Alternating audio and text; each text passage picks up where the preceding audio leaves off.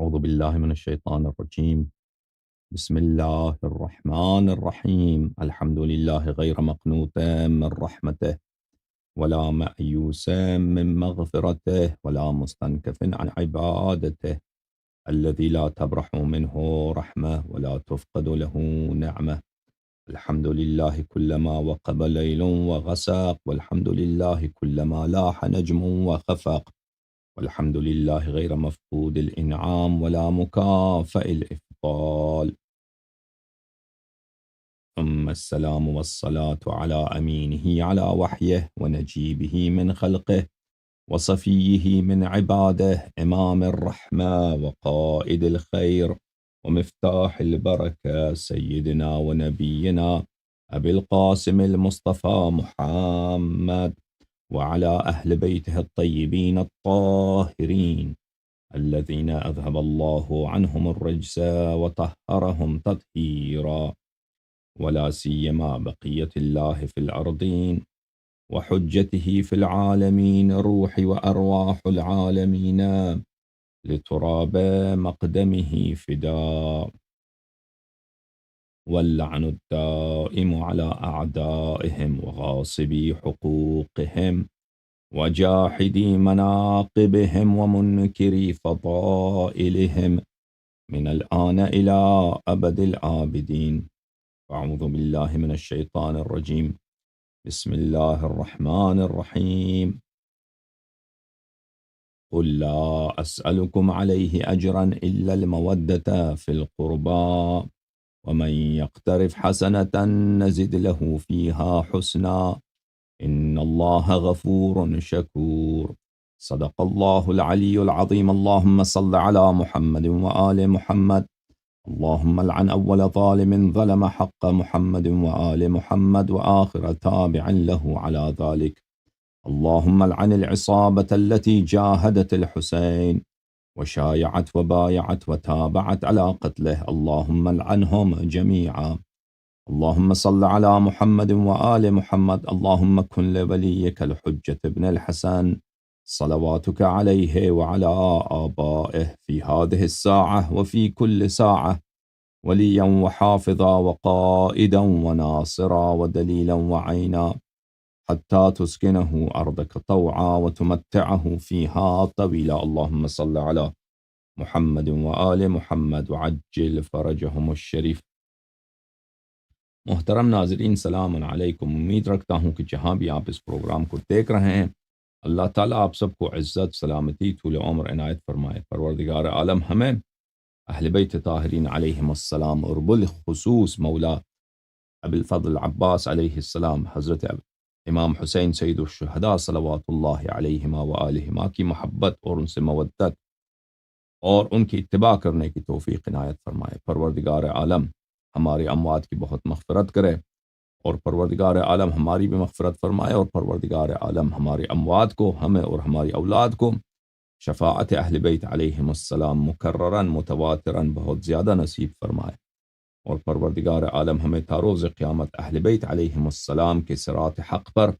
ثابت قدم رہنے کی توفیق عنایت فرمائے۔ اللہم صل علی محمد وآل محمد۔ یا اللہ یا اللہ یا اللہ، یا ارحم الراحمین یا ارحم الراحمین یا ارحم الراحمین، یا محمود بحق محمد، ویا عالی بحق علی، ویا فاطر السماوات والارضین بحق فاطمة الزہراء، ویا محسن بحق الحسن، ویا قدیم الاحسان بحق الحسین، نسألك ونقسمك صل على محمد وآل محمد وعجل لوليك الفرج. اللهم عجل لوليك الفرج. اللهم عجل لوليك الفرج. اللهم عجل لوليك الفرج. اللهم عجل لوليك الفرج. اللهم صل على محمد وآل محمد وعجل فرجهم. محترم ناظرین، ایک سوال جو بہت کیا جاتا ہے وہ یہ ہے کہ سینہ زنی، زنجیر زنی، اور جو بدن سے انسان، بہت سارے مومن سینہ زن اور بہت سارے عزادار بدن سے خون جاری کرتے ہیں، اس کی شرعی حیثیت کیا ہے؟ اور یہ سوال بعض دفعہ شیعہ حضرات کی طرف سے کیا جاتا ہے اور بعض دفعہ ہمارے عزیز مسلمان بھائیوں کی طرف سے کیا جاتا ہے۔ تو جہاں تک ہمارے مسلمان بھائیوں کا تعلق ہے، فرقہ مخالف کا تعلق ہے، تو ان کا جواب بہت ہی سادہ ہے۔ ان کا جواب یہ ہے کہ فرعی مسائل میں سے ہے، یہ فرعی مسائل میں سے ہے، اور ہمارا آپ سے اختلاف اصول میں بھی ہے اور فروع میں بھی ہے، اور ہم اور آپ کا جب اصول میں اختلاف ہو تو فروع پہ بات نہیں کرتے، تو فروع پر بات کرنے کی نوبت نہیں آتی۔ آپ آ کر ہمارے ساتھ گفتگو کیجئے اصول پر، توحید پر گفتگو کیجئے، رسالت میں گفتگو کیجئے کہ آپ کا عقیدہ انبیاء علیہم الصلاۃ والسلام کے متعلق کیا ہے، امامت پہ کیجئے، خلافت پہ کیجئے، قرآن کریم پر کیجئے۔ تو ان باتوں پر اگر ایک دفعہ طے ہوا کہ اہل بیت علیہم السلام امام نستجیر باللہ نہیں ہے، اور یہ جو شیعوں نے کہا ہے کہ ان کی اتباع ضروری ہے، یہ بات باطل ہے، تو لازمی بات ہے کہ پھر ہمارے سارے فروع بدل جائیں گے، ہمارے سارے فروع کے احکام بدل جائیں گے، اور ہم پھر جو مصدر آپ کا ہے وہی اس کا اتباع کریں گے۔ لیکن اگر ثابت ہوا کہ اہل بیت طاہرین علیہم السلام ہی واجب الاتباع ہیں، یہ جب ایک دفعہ طے ہوا تو پھر اس میں سب، نماز کا طریقہ کیا ہے، وضو کا طریقہ کیا ہے، اور نکاح کا طریقہ کار کیا ہے، طلاق کا طریقہ کار کیا ہے، اور اسی طرح ماتم، اسی فروعات میں سے ایک فرع ہے ماتم، وہ بھی اس کا فیصلہ ہو جائے گا۔ تو یہ ایک فرعی مسئلہ ہے، یہ کس کو جواب ہے؟ یہ جماعت مخالفین کو جواب ہے۔ اما جماعت شیعہ کے ساتھ گفتگو کرتے ہوئے تو ان کو جواب کیسے دیں ہم شیعہ حضرات کو؟ تو شیعہ حضرات کے دو طائفے ہیں حضرات۔ ایک طائفہ وہ ہے جو کہتے ہیں ہمیں یہ حدیث سمجھ ہی نہیں آ سکتی، ٹھیک ہے نا؟ وہ حضرات جو کہتے ہیں ہمیں حدیث کبھی بھی سمجھ میں نہیں آ سکتی، اور وہ کہتے ہیں ہمیں صرف کیا سمجھ آتا ہے؟ فتوے سمجھ آتے ہیں۔ تو لازمی بات ہے ان لوگوں نے جو ایسے بیوقوفانہ اور احمقانہ طریقہ کار اختیار کیا ہے کہ ان کو سمجھ ہی نہیں آ سکتی، تو وہ آپ سے مطالبہ بھی نہیں کر سکتے نا کہ آپ ہمیں حدیث دکھائیں، کیونکہ آپ کو جب سمجھ ہی نہیں آ سکتی تو حدیث کیا دکھائیں؟ جب آپ خود کہتے ہو کہ حدیث کی سند کے سمجھنے کے لیے اجتہاد کی ضرورت ہے، حدیث کا متن سمجھنے کے لیے اجتہاد کی ضرورت ہے، مجتہد کے علاوہ نہ کوئی حدیث کی متن کو سمجھ سکتا ہے، نہ حدیث کی سند کو صحیح سمجھ سکتا ہے، اور یہ کہ ایک چیز کیا حلال ہے حرام ہے، اس کا طریقہ کار کیا ہے، اگر ہم اس کو حدیث سے اخذ کریں تو اس کا نام ہے اجتہاد، اس کا نام ہے استنباط، اور یہ مخصوص کس کے لیے؟ مجتہدین کے لیے، اور غیر مجتہد یہ کام کرے تو وہ فاسق ہے، وہ گمراہ ہے، ٹھیک ہے نا؟ تو پھر انہوں نے تو راستہ اپنے لیے شٹ کیا نا، ان لوگوں نے تو پورا دین کا راستہ ہی اپنے لیے شٹ کیا، شٹ ڈاؤن کیا ہے، یعنی بند کیا ہے،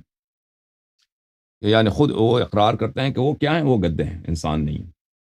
یعنی سمجھ نہیں آتی تو انسان کو تو سمجھ آ جاتی ہے، لیکن جب یہ کہتے ہیں انسان نے ہمیں سمجھ نہیں آ سکتی بھائی، تو انہوں نے خود کسی اور کو ان کو سمجھ آ جاتی ہے، ہمیں سمجھ نہیں آتی، تو انہوں نے جو طریقہ کار یہ اختیار کیا یہ قرآن کے خلاف ہے، یہ سنت کے خلاف ہے، یہ امامت کے خلاف ہے، اہل بیت علیہم الصلاۃ والسلام کے حجیت کے خلاف ہے، یہ دین کے خلاف ہے، اور یہ بدیہیات کے خلاف ہے، پھر ان کے اپنے طیب نفس کے خلاف ہے، ان کی اپنی شخصیت کے خلاف ہے کہ یہ کیا کہہ رہے ہیں یہ لوگ، کہ ان لوگوں نے کیا کیا اپنے آپ کو؟ بالکل اعتراف کہ ہم کیا ہیں؟ ہم گدے ہیں، ہم انسان نہیں جانور ہیں، اور تو پھر ان لوگوں کو حدیث دکھانا، ان کے ساتھ حدیث گفتگو کرنا ان کے اپنے منہج کے موافق یہ باطل کام ہے۔ ان کے لیے ایک ہی راستہ ہے کہ وہ ان کا جو مرجع کہہ دے، مرجع کہہ دے کہ جائز ہے تو جائز ہے، مرجع کہہ دے حلال ہے تو حلال ہے، مرجع کہہ دے حرام ہے تو حرام ہے، حدیث سے یہ باتیں ان کے لیے ثابت ہو ہی نہیں سکتی، اور کوئی ان کے لیے ثابت کر بھی دے نا، ثابت کر بھی دے حدیث شریف سے، تو وہ کیا ہے؟ وہ فسق ہے، وہ فجور ہے، کیونکہ وہ مجتہد ہی نہیں ہے، وہ خود کبھی یہ نتیجہ اخذ نہیں کر سکتے کہ یہ اس حدیث سے ثابت ہوتی ہے کہ یہ چیز جائز ہے یا جائز نہیں ہے۔ سمجھ میں آئی نا بات آپ کو؟ تو جب شیعہ حضرات کے درمیان آ جاتے ہیں تو ان کے بھی دو مکاتب فکر ہیں، اور یہ ایک مکتب فکر ہے قرآن کا، اہل بیت علیہم السلام کا، عقل کا، دین کا، وہ یہ ہے کہ اللہ تعالیٰ نے اہل بیت علیہم الصلاۃ والسلام کو حجت بنا کر بھیجا ہے، اور یہ بات نہایت ہی گھٹیا ہے، نہایت ہی احمقانہ ہے، نہایت ہی دین سے عداوت پہ مبنی ہے کہ ہمیں یہ ان کے بات سمجھ نہیں آ سکتی، اہل بیت علیہ السلام کی بات ہمیں سمجھ نہیں آ سکتی، اور یہ ہمیں ثابت ہی نہیں ہو سکتا کہ بھئی یہ حدیث صحیح ہے نہیں ہے کیا، یہ بس ہم فارغ ہیں بس۔ یہ جو ہے نا یہ بالکل ایک کامیڈی ہے، ایک ٹریجک کامیڈی۔ کامیڈی دو طرح کے ہوتے ہیں عزیزو، ایک کامیڈی یہ ہوتا ہے کہ انسان کو اس پہ ہنسی آتی ہے، ایک کامیڈی یہ ہے کہ اس پہ رو لو تم، اور یہ حالت ہے کہ اس مذہب پہ رونا ہے ہمیں، کہ جو کام اس مذہب کے ساتھ اس مذہب کے علماء نے کیا ہے، آپ کے مجتہدین حضرات نے کیا، آپ کے حوزہ علمیہ نے کیا ہے، کہ بالکل صدیوں سے آپ کو اہل بیت علیہم السلام کی تعلیمات سے محروم کر دیا ہے، اور آپ کے جو نوجوان جاتے ہیں حوزہ تعلیم حاصل کرنے کے لیے، ان کو بھی اہل بیت علیہم السلام کی تعلیمات سے فارغ کر دیا ہے کہ ان کو بھی سمجھ نہیں آ سکتی جب تک مجتہد نہ ہو جائیں، اور جب تک یہ مجتہد بنتے ہیں نا وہ 40-50 سال کے بعد، تو ان کا عمر ان باتوں میں گزر جاتا ہے کہ اس میں حدیث ہوتی ہی نہیں، تو پھر نہ ان کو حدیث، اس وقت تک ان کے اذہان میں اتنے نجاسات بیٹھتے ہیں، اور بالکل نجاسات ہوتے ہیں، ان کے نظریات جو ہے نا، کوئی بھی نظریہ ہو جو دین سے تعلق رکھتا ہو اور وہ اہل بیت علیہ السلام سے ماخوذ نہ ہو تو وہ نجس ہی ہوتا ہے، یاد رکھو وہ نجس ہوتا ہے۔ ان لوگوں نے اپنے نظریات، علماء کے جو نظریات ہیں نا، انہوں نے کہاں سے اخذ کیے ہیں؟ جن کو یہ علم کہتے ہیں کہ بڑا عالم ہے، جن کو یہ فقہ اصول کہتے ہیں، اور جو فلسفہ عرفان ہے وہ تو کفر ہے ہی، انہوں نے جماعت عمریہ سے اخذ کیے ہیں، اہل بیت علیہ السلام سے تو اخذ نہیں کیے، تو ان کے ذہن میں یہ بہت بیٹھ جاتا ہے، پھر اس کے بعد 50 سال کے بعد یہ حدیث کہاں پڑھیں گے؟ اب ایک آدمی کی عمر 60 سال 70 سال ہو گیا، مجتہد بن گیا، وہ کب اب کہتا ہے اس کو حدیث سمجھ آتی ہے، اب پھر اس کے لیے حدیث سمجھنا ناممکن ہے، کیونکہ اس کے چہرے پہ، اس کے آنکھوں کے سامنے ایسے سن گلاسز لگا دیا نا اجتہاد کے اور علماء کے نظریات کے، کہ وہ اس کو حدیث سمجھ ہی نہیں آتی، وہ جس طرح سے وہ علماء کے نظریات کو پرکھتا ہے نا، اسی طرح حدیث کی طرف اسی آنکھ سے دیکھتا ہے، پر وہ اس کو سمجھ نہیں آتی، قرآن و حدیث اس کو سمجھ نہیں آتی۔ تو یہ المیہ ہے میرے عزیز، تو آپ کے نوجوان جاتے ہیں حوزہ تعلیم حاصل کرنے کے لیے، وہ واپس آتے ہیں تو وہ آپ کو دین کا کام نہیں بتاتے۔ دین کیا ہے عزیزو؟ یاد رکھو، دین کسی کے نظریات کا نام نہیں ہے، نظریات یہ رائے ہیں، یہ نجس ہیں، ان کو چھوڑ دیں، نظریہ ہمیشہ نجس ہوتا ہے، سمجھ میں آئی نا بات آپ کو؟ یہ نجس ہوتا ہے، خالص پاک طاہر مطہر وہ ہے جو طاہر مطہر سے آپ کے پاس آ جائے۔ اہل بیت طاہرین علیہم الصلاۃ والسلام، ان کے فرامین، ان کے سنن، ان کے احکام، ان کے احادیث، ان کے اقوال اور ان کے افعال، یہ پاک ہے، یہ دین ہے، یہ نور، یہ ہدایت۔ 12 اماموں کے علاوہ، 14 معصومین علیہم السلام کے علاوہ، اللہ نے آپ پر کوئی کسی کو حجت نہیں بنایا کہ آپ دیکھیں کہ وہ کیا کہہ رہا ہے، نہیں، امام صرف اور صرف 12 امام، باقیہ علماء جہاں کا تعلق ہے وہ علماء ربانی، وہ ہیں جو آپ تک اہل بیت علیہم السلام کے کلام کو پہنچانتے ہیں بغیر کسی زیادہ اور نقصان کے، بغیر اس میں گٹانے کے یا زیادہ کرنے کے، اپنے نظریات کو سائڈ پہ رکھتا ہے، اس کا نظریہ ہوتا ہی نہیں ہے، اس کا نظریہ وہی ہے جو اہل بیت علیہم السلام نے فرمایا، وہ عالم ربانی، اس کے علاوہ عالم ربانی نہیں ہے، اس کے علاوہ وہ ہیں شیاطین کے جیوش ہیں جو علماء اسلام کے شکل میں ظاہر ہوئے ہیں۔ تو میرے محترم ناظرین، طریقت مذہب شیعہ میں دو طریقے ہیں، ایک طریقہ وہ ہے جو امپورٹڈ ہے جماعت عمریہ سے، ہمیں حدیث نہیں سمجھ آ سکتی، ہم نے تو صرف تقلید کرنی ہے، تو ان کے لیے کیا ثابت کریں گے آپ؟ جب ان کو سمجھ ہی نہیں آ سکتی تو ان سے گفتگو کرنا ہی بیکار ہے، ان سے گفتگو کرنا ہی بیکار ہے، کیونکہ انہوں نے اپنے آپ ماتھے پہ لکھ دیا کہ جانور، ماتھے پہ لکھ دیا کہ ہم انسان نہیں ہیں، ہمیں سمجھ نہیں آ سکتی، ہمیں رسول صلی اللہ علیہ وسلم کی سنت سمجھ ہی نہیں آ سکتی، ہمیں اہل بیت علیہم السلام کی سنت سمجھ ہی نہیں آ سکتی، ان کی احادیث سمجھ ہی نہیں آ سکتی، ان سے دین لینا ہی نہیں، ہم نے صرف مراجع سے لینا۔ اور یہ میں کوئی یہ جزاف نہیں کہہ رہا، میں کوئی باطل کام نہیں، ان کا طریقہ کار یہی ہے، تقلید کا مطلب ہی یہی اور کچھ بھی نہیں ہے۔ دوسرا طریقہ کیا ہے کہ ہم دیکھتے ہیں احادیث اہل بیت علیہم السلام کی طرف، دین وہی ہے جو 12 امام نے فرمایا، 12 ائمہ طاہرین علیہم السلام نے اگر ماتم کرنے سے منع کیا ہے تو ماتم جو حرام ہے، اگر انہوں نے ماتم کیا ہے، اس کی ترغیب دی ہے، تو یہ شریعت ہے، ٹھیک ہے نا؟ شریعت کے ایک ہی ملاک ہے، ہدایت کا ایک ہی ملاک ہے، ایک ہی میزان ہے، ایک ہی کرائیٹیریا ہے، وہ کیا ہے؟ کہ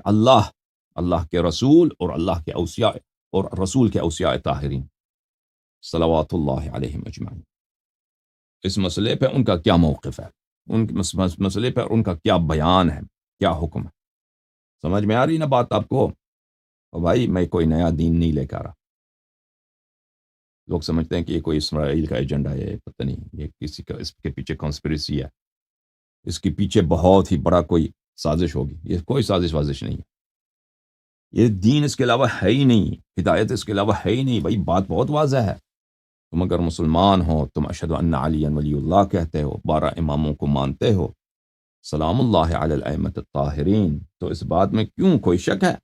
بھائی کہ دین اس کے علاوہ کسی چیز کا نام نہیں ہے؟ علماء کے فتوے یہ اس کو چھوڑ دو، ان کے نظریات ان کی کوئی اہمیت نہیں ہے. آپ نے اتباع کرنی 12 ائمہ طاہرین علیہم السلام کی. ان مسئلے میں ان کا کیا فرمان ہے وہ آپ کو سمجھ بھی آ سکتی ہے، بشرطے کہ کوئی آپ کو بتا دے. ہاں علماء اگر فارغ ہو کے بیٹھ جائیں نا کہ ہمیں آپ کو سمجھ ہی نہیں آ سکتے، ہم کیا بتائیں. انہوں نے خود بھی کبھی محنت نہیں کیا، پڑھنے کی کوشش نہیں کی، کیونکہ ان کے اساتذہ نے ان کو بتایا کہ آپ کو تو سمجھ ہی نہیں آ سکتی، آپ مجتہد ہی نہیں ہیں. اگر یہ طریقہ کار ہو تو جی ہاں کسی کو بھی نہیں سمجھ آ سکتی نا. اگر کوئی آپ کو نہ سکھا دے نہ بتائے وہ تو کسی کو سمجھ نہیں آ سکتی. لیکن وہ جو فرمان ائمہ علیہم السلام ہے وہ بہت واضح ہے، بشرطے کہ کوئی آپ کو بتا دے، کوئی آپ کے لیے توضیح دے، شرح کر دے. سمجھ میں آئی نا بات آپ کو؟ تو میرے محترم ناظرین، اب سوال یہ ہوتا ہے کہ ہم ماتم کرتے ہیں، ہم سینہ زنی کرتے ہیں، ہم صورت پہ مارتے ہیں، ہم سر پہ مارتے ہیں، ٹھیک ہے نا. بہت سارے لوگ زنجیر مارتے ہیں، بہت سارے لوگ زنجیر بغیر چھری کے مارتے ہیں، بہت سارے لوگ زنجیر چھری کے ساتھ مارتے ہیں، بہت سارے لوگ ہیں جو سر پہ قمع مارتے ہیں، وہ تلوار ہوتا ہے، بڑا چاقو، بڑی چاقو ہوتی ہے، سر پہ مارتے ہیں. اور یہ عزاداری اس طرح کرتے ہیں امام حسین علیہ السلام کے غم میں. تو کیا یہ جائز ہے؟ یہ سنت ہے؟ تو اس کا ملاک کیا ہے؟ اس کا معیار کیا ہے میرے عزیزوں؟ یاد رکھو، آپ غلام ہو کس کے غلام؟ علماء کے غلام ہو؟ بالکل نہیں. کس کے غلام ہو؟ آپ ائمہ طاہرین علیہ السلام کے غلام ہو، ان کے نوکر ہو، ان کے چاکر ہو، ان کے تم غلام ابن غلام ہو. اور میں بھی ان کا غلام ابن غلام ہوں. میں بلکہ اس سے بھی کم تر ہوں، میں تو ان کا خاک در بھی نہیں. میں ان کے در میں کلب سے، کتے سے بھی ذلیل تر ہوں. میں تو کچھ بھی نہیں، میں ایک روسیا ہوں. تو یاد رکھو، ہدایت انہی سے لینا. تو ان کے کلمات سے یہ چیز آپ کے لیے دکھانا ہوگا. پہلی بات یہ ہے میرے محترم ناظرین کہ فی نفس ہی اگر کوئی شخص مثلا میں نے یہ ہاتھ میرا ہے، سینہ میرا ہے، میں نے مار دیا، ٹھیک ہے نا، یہ کوئی حرام تو نہیں ہے، کیونکہ کل شیء لکم مطلق حتی یرد فیہ نہی. ہر چیز جائز ہے مگر یہ کہ اس کی حرمت پہ دلیل ہو. حرمت کی دلیل کی ضرورت ہوتی ہے. جواز تو واضح ہے، اگر کوئی چیز حرام نہیں ہے تو وہ جائز ہے. میں یہ دل ہاتھ میرا ہے، صورت میری ہے، میں نے یہاں پہ تمانچہ مارا اپنے آپ، یہ حرام نہیں ہے کہ اللہ تعالیٰ اب کیونکہ رسول پاک صلی اللہ علیہ وسلم نے منع کیا تو اب مجھے وہ جہنم جانا ہوگا یا میں جہنم کا مستحق ہوں. ٹھیک ہے نا. یہ زنجیر ہے، یہ میرا پیٹھ ہے، میں نے زنجیر پشت پہ مارا. فی نفس ہی ہم یہ صرف اباحے کی بات ہو رہی ہے کہ جواز کی، اس کی حرمت تو نہیں ہے. ٹھیک ہے نا. یا یہ میرا پشت ہے، میں اپنے پشت سے اس سے خون بہانا چاہتا ہوں، میں اپنا کو قتل نہیں کروں گا. قتل کرنا حرام ہے اپنے آپ کو. جی ہاں، اپنے آپ کو اس طرح ضرر پہنچانا کہ وہ بہت ہی بڑا ضرر ہو، جو عقلاء کے نزدیک ایک بات قبیح ہو. ٹھیک ہے نا. اس طرح کا ضرر پہنچانا وہ حرام ہے. لیکن ایسا میں دل کرتا ہے میں پشت سے خون جاری کروں، یا یہاں ہاتھ پہ میں ایک خراش ڈال دوں، یہاں سے تھوڑا سا خون نکل جائے. ٹھیک ہے نا. یا میرے سر سے یہاں سے خون نکالنا چاہتا ہوں. یہ بھائی اس کی حرمت کی کہاں دلیل؟ حرمت کی کہاں دلیل؟ آپ کہہ سکتے ہیں کہ ایک عاقل شخص مثلا اگر عزاداری وغیرہ نہ ہونا، بلا وجہ ایسے آپ اپنے سر سے خون نکالیں گے تو لوگ برا کہیں گے. ٹھیک ہے، تو یہ اور عنوان ہے، یہ ایک دوسری وجہ ہے کہ مومن کو یہ حق نہیں ہے کہ وہ اپنے عزت کو پامال کر دے. تو اگر کوئی شخص گھر میں کرتا ہے، کوئی دیکھتا بھی نہیں ہے نا، اس کا دل کرتا ہے، یعنی بدنامی کی بات ہی نہیں. اگر آپ یہ ہے کہ احادیث میں ہے کہ اللہ تعالیٰ فرماتا ہے کہ میں نے مومن کو ہر چیز کا اختیار دیا ہے، لیکن اس کو اس بات کا اختیار نہیں دیا ہے وہ اپنے آپ کو بے عزت کرے، اپنے آپ کو کی شہرت کو خراب کرے۔ مثلاً آپ ایک ایسے معاشرے میں اگر رہتے ہیں کہ وہاں انسان اپنے سر کو کاٹ دے سب کے سامنے، تو لوگ اس کو شاید اس کو اچھی نگاہ سے نہیں دیکھیں، کہیں گے کہ یہ فضول کام ہے، لیکن یہ کوئی ضروری نہیں ہے کہ آپ کو سب دیکھ لیں۔ میں اپنے سر کو ادھر سے چھری مارتا ہوں، کوئی دیکھے بھی نہ، ٹھیک ہے نا، خون نکالتا ہوں، تو یہ فی نفس ہی یہ تو جائز ہے، فی نفس ہی اس کے جواز میں، اس کی حرمت میں کوئی دلیل نہیں ہے۔ فی نفس یعنی قطع نظر دوسرے عناوین سے اگر ضرر کی بات کریں نا، تو اگر آپ کے لیے پانی پینا مضر ہے، پانی پینا مضر ہے، وہ تو آپ کے لیے وہ نہیں پینا چاہیے، آپ کو حرام ہو جائے گا آپ کے لیے نا۔ مثلا یہاں آپ کو ایسی بیماری ہے، پانی پئیں گے تو آپ مر جائیں گے بھائی، تو پانی نہ پئیں، ٹھیک ہے نا۔ روزہ رکھنا مثلا آپ کے لیے مضر ہے، تو روزہ رکھنا آپ کے لیے حرام ہو جائے گا۔ آپ کے لیے اگر مضر ہے کہ ضرر رکھتا ہے بڑا، آپ فلاں کام کریں گے تو پل اس پہ بڑا آپ کو ضرر پہنچے گا، تو اس کو وہ حرام ہے۔ ہم ان عناوین ثانویہ کی بات نہیں کرتے، ہم فی نفس ہی بات کرتے ہیں کہ قطع نظر دوسرے باتوں سے یہ فی نفس ہی اس کا کیا حکم ہے، ٹھیک ہے، فی نفس ہی اس کا حکم کہ میں سینے پہ ماروں، سر پہ ماروں، پشت پہ زنجیر ماروں، اس کی کوئی حرمت تو نہیں ہے، یا سر سے میں خون بہا نکالوں یا اپنے پشت سے خون نکالوں، اس کی کوئی حرمت کی دلیل نہیں ہے، ٹھیک ہے نا۔ اب لازمی بات ہے کہ شیعہ حضرات اس لیے بلا وجہ تو نہیں کرتے نا، وہ اگر سینہ زنی کرتے ہیں، صورت پہ مارتے ہیں، سر پہ مارتے ہیں، پشت پہ مارتے ہیں، اور پشت سے، پیٹھ سے یا اپنے سر سے خون بہاتے ہیں، بلا وجہ نہیں کرتے، وہ ایک مظلوم کے غم میں، اس مظلوم عالم کے غم میں کہ اس جیسا مظلوم گزرا ہی نہیں ہے مگر سوائے ان کے والد کرام حضرت امیر المؤمنین علیہ السلام کی مظلومیت، ان کے غم میں بہاتے ہیں، تو ان کے غم میں یہ خون بہانا، سینہ زنی کرنا، اس کا کیا حکم ہے؟ تو میرے محترم ناظرین، میں کچھ احادیث روایت آپ کو دکھاؤں گا، اگر آج کور نہ ہو سکا تو پھر انشاءاللہ کل یا اس کے بعد جب بھی ہم پروگرام رکھیں تو آپ کی خدمت میں ہم دکھائیں گے۔ تو میرے محترم ناظرین، امام حسین علیہ السلام بلکہ اہل بیت الطاہرین علیہم السلام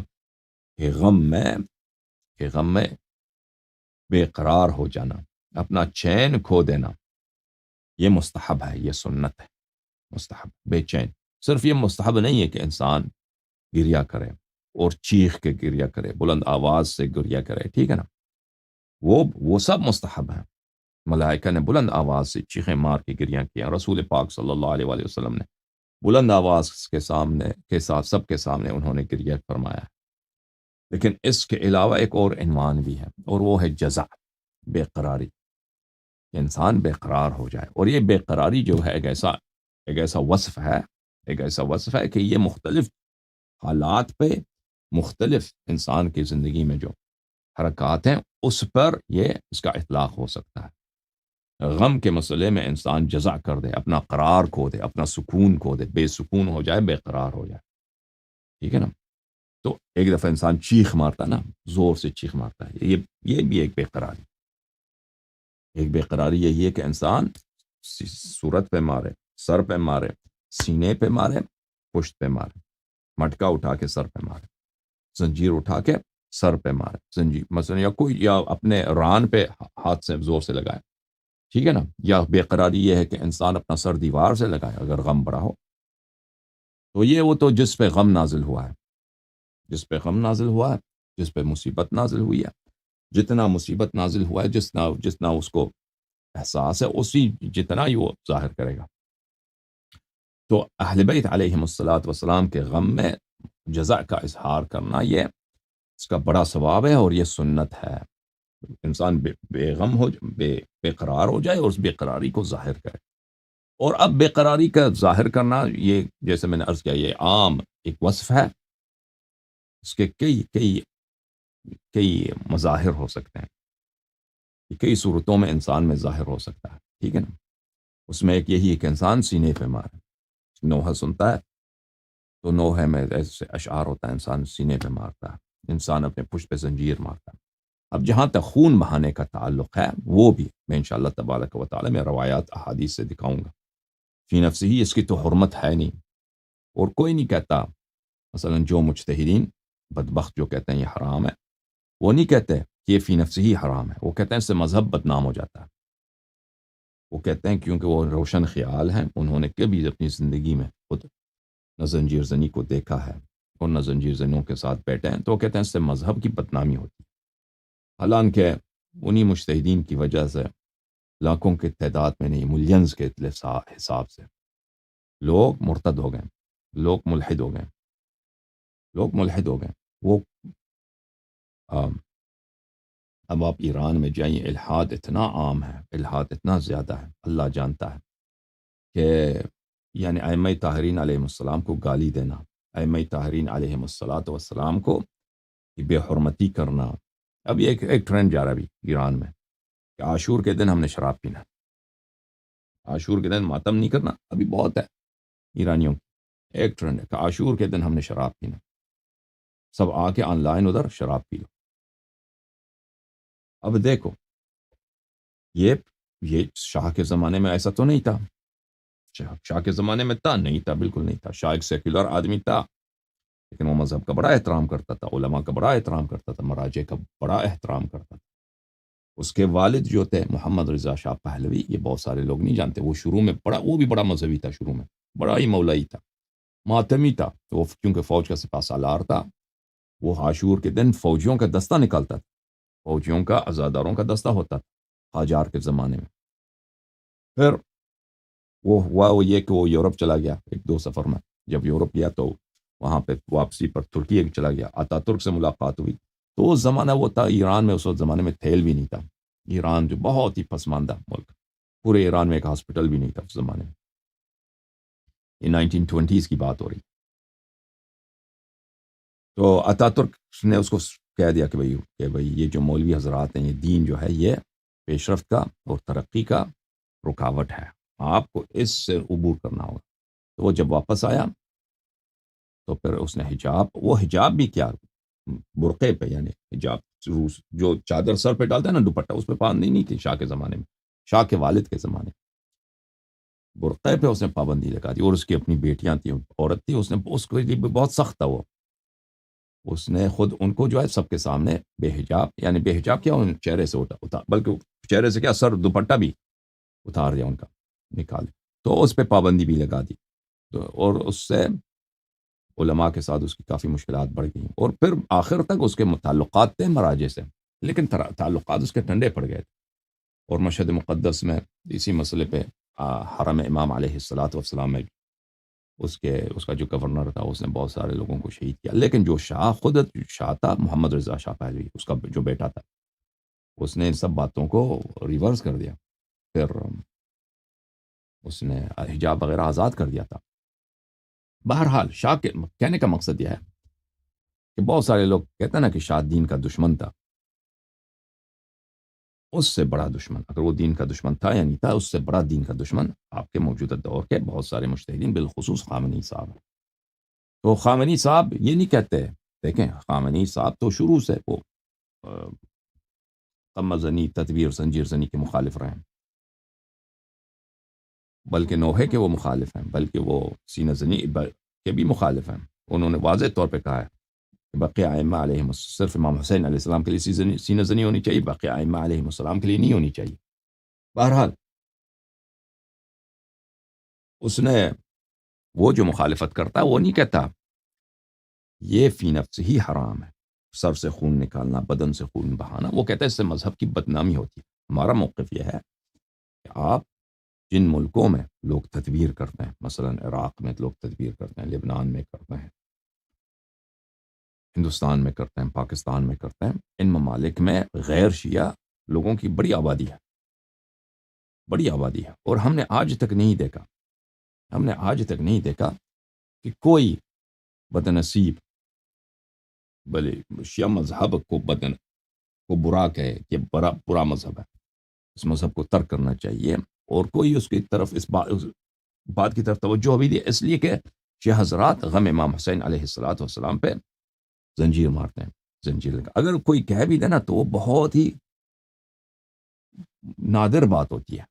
کوئی اس کا نہیں ہوتا اتنا، آج کل کے زمانے میں یعنی انقلاب ایران کے بعد سعودیہ والے بات کرتے ہیں آزاداری وغیرہ کے خلاف، لیکن وہ بھی اس لیے کرتے ہیں، اس کی ایک سیاسی وجہ ہے۔ وہ اب انقلاب ایران کے بعد شروع ہوئی ہے، وہ اس لیے کہتے ہیں کہ وہ ایران کی مخالفت کرنا چاہتے ہیں، کیونکہ وہ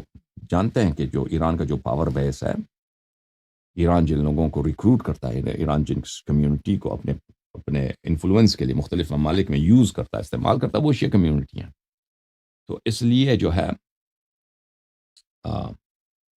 یہ تھوڑی سی باتیں لوگ سنتے ہیں، لیکن ان کی بات پہ کوئی اثر نہیں ہوتا ان کی وجہ سے ہمارا مذہب بدنام ہو، بلکہ بہت سارے لوگ ہمارے مذہب کے احترام کرتے ہیں، اور احترام کرتے ہیں اسی عزاداری کی وجہ سے، اور آتے ہیں ماتمی جلسوں میں شرکت کرتے ہیں، دیکھنے کے لیے آتے ہیں، وہ خود روتے بھی ہیں، اور ہم نے بہت دیکھا ہے جماعت عمریہ کے نوجوان بہت سارے آتے ہیں ہمارے نوجوانوں کے ساتھ، وہ زنجیری خونی ماتم بھی کرتا ہے، میں نے اپنے آنکھوں سے دیکھا ہے۔ شاید پاکستان میں اتنا کم ہو، لیکن دوسرے ملکوں میں ایسا ہوتا ہے کہ وہ اہل بیت علیہ السلام کی محبت میں آتے ہیں اور خونی ماتم بھی کرتے ہیں۔ اچھا، تو یہ کہنا کہ اس سے مذہب کی بدنامی ہوتی ہے، یہ ایک ایسی بات ہے کہ دنیا جانتی ہے کہ باطل ہے۔ جس بات سے مذہب کی بدنامی ہوئی ہے واقعاً شیعہ ملک میں بلکہ دنیا میں، وہ خود خامنئی صاحب کا کردار ہے، خامنئی صاحب کا عمل ہے، خامنئی صاحب کا بیہیویئر ہے کہ اس نے شیعہ نوجوانوں کو ملحد بنایا، اور شیعہ نوجوان اب دیکھیں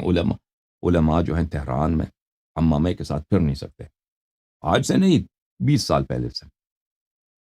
اور ہر جگہ ان کو گالی لگتی ہے، اس کے چہرے پہ لوگ تھوکتے ہیں۔ اگر آپ کے پاس باڈی گارڈ ہیں 3-4 تو آپ شیعہ ملک میں شیعہ ملک کے دارالخلافے میں، اور اسی طرح اصفہان دوسرے شہروں میں بھی اگر آپ کے پاس باڈی گارڈ ہیں تو آپ پھر سکتے ہیں، وَإِلَّا آپ کے لیے چلنا پھرنا بہت مشکل ہے، لوگ توہین کریں گے، لوگ آپ کو ماریں گے، لوگ آپ پہ ایک بہت سارے مولوی ان کے بلاگز ہوتے ہیں، یہ خود لکھتے ہیں مولوی حضرات کہ میں اپنے بچے کو اسکول چھوڑنے جا رہا تھا تو میرے بچے نے کہا کہ اگر آپ پگڑی کے ساتھ آ رہے ہیں، مامے کے ساتھ آ رہے ہیں تو آپ مجھے نہ چھوڑنے نہ آئے، میں خود پیدل جاؤں، کیونکہ آپ کی وجہ سے لوگ مجھے بہت ساری باتیں سننا پڑتا ہے بعد میں اسکول میں، ٹھیک ہے۔ تو بہرحال تو یہ اس طرح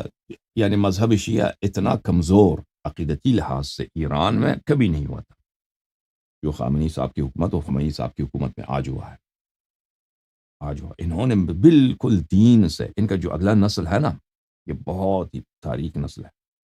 ایران کا جو نیکسٹ جنریشن ہے، یہ بالکل دین کے خلاف بن گئے، دین کے خلاف بن چکے ہیں، عیسائی بن رہے ہیں لوگ، وہابی بن رہے ہیں لوگ، اللہ آپ کا بھلا کرے، ملحد تو بے شمار بن رہے ہیں، اور زرتشتی جو مجوسی ہیں، پارسی ہیں، لوگ بن رہے ہیں، بس شیعہ مذہب کو چھوڑ رہے ہیں نوجوان۔ اس کی وجہ کیا ہے؟ اس کی وجہ یہ نہیں کہ ان کے پاس شیعہ مذہب پر کوئی اعتراض ہے، نہیں، اس کی وجہ یہ ہے کہ شیعہ مذہب یہی ہے جو ہمارے علماء ہمیں بتا رہے ہیں، اور یہ مذہب ایک ٹول ہے کہ لوگوں کا مال زیادہ سے زیادہ لوٹا جائے اور لوگوں عوام پہ ظلم کیا جائے۔ اور اس بات میرے محترم ناظرین، یہ بات جو ہے نا، اب یہ بہت بڑی موضوع ہے، خود علماء مجتہدین نے اس بات کی پیشگوئی کی تھی، کہا تھا انہوں نے کیا،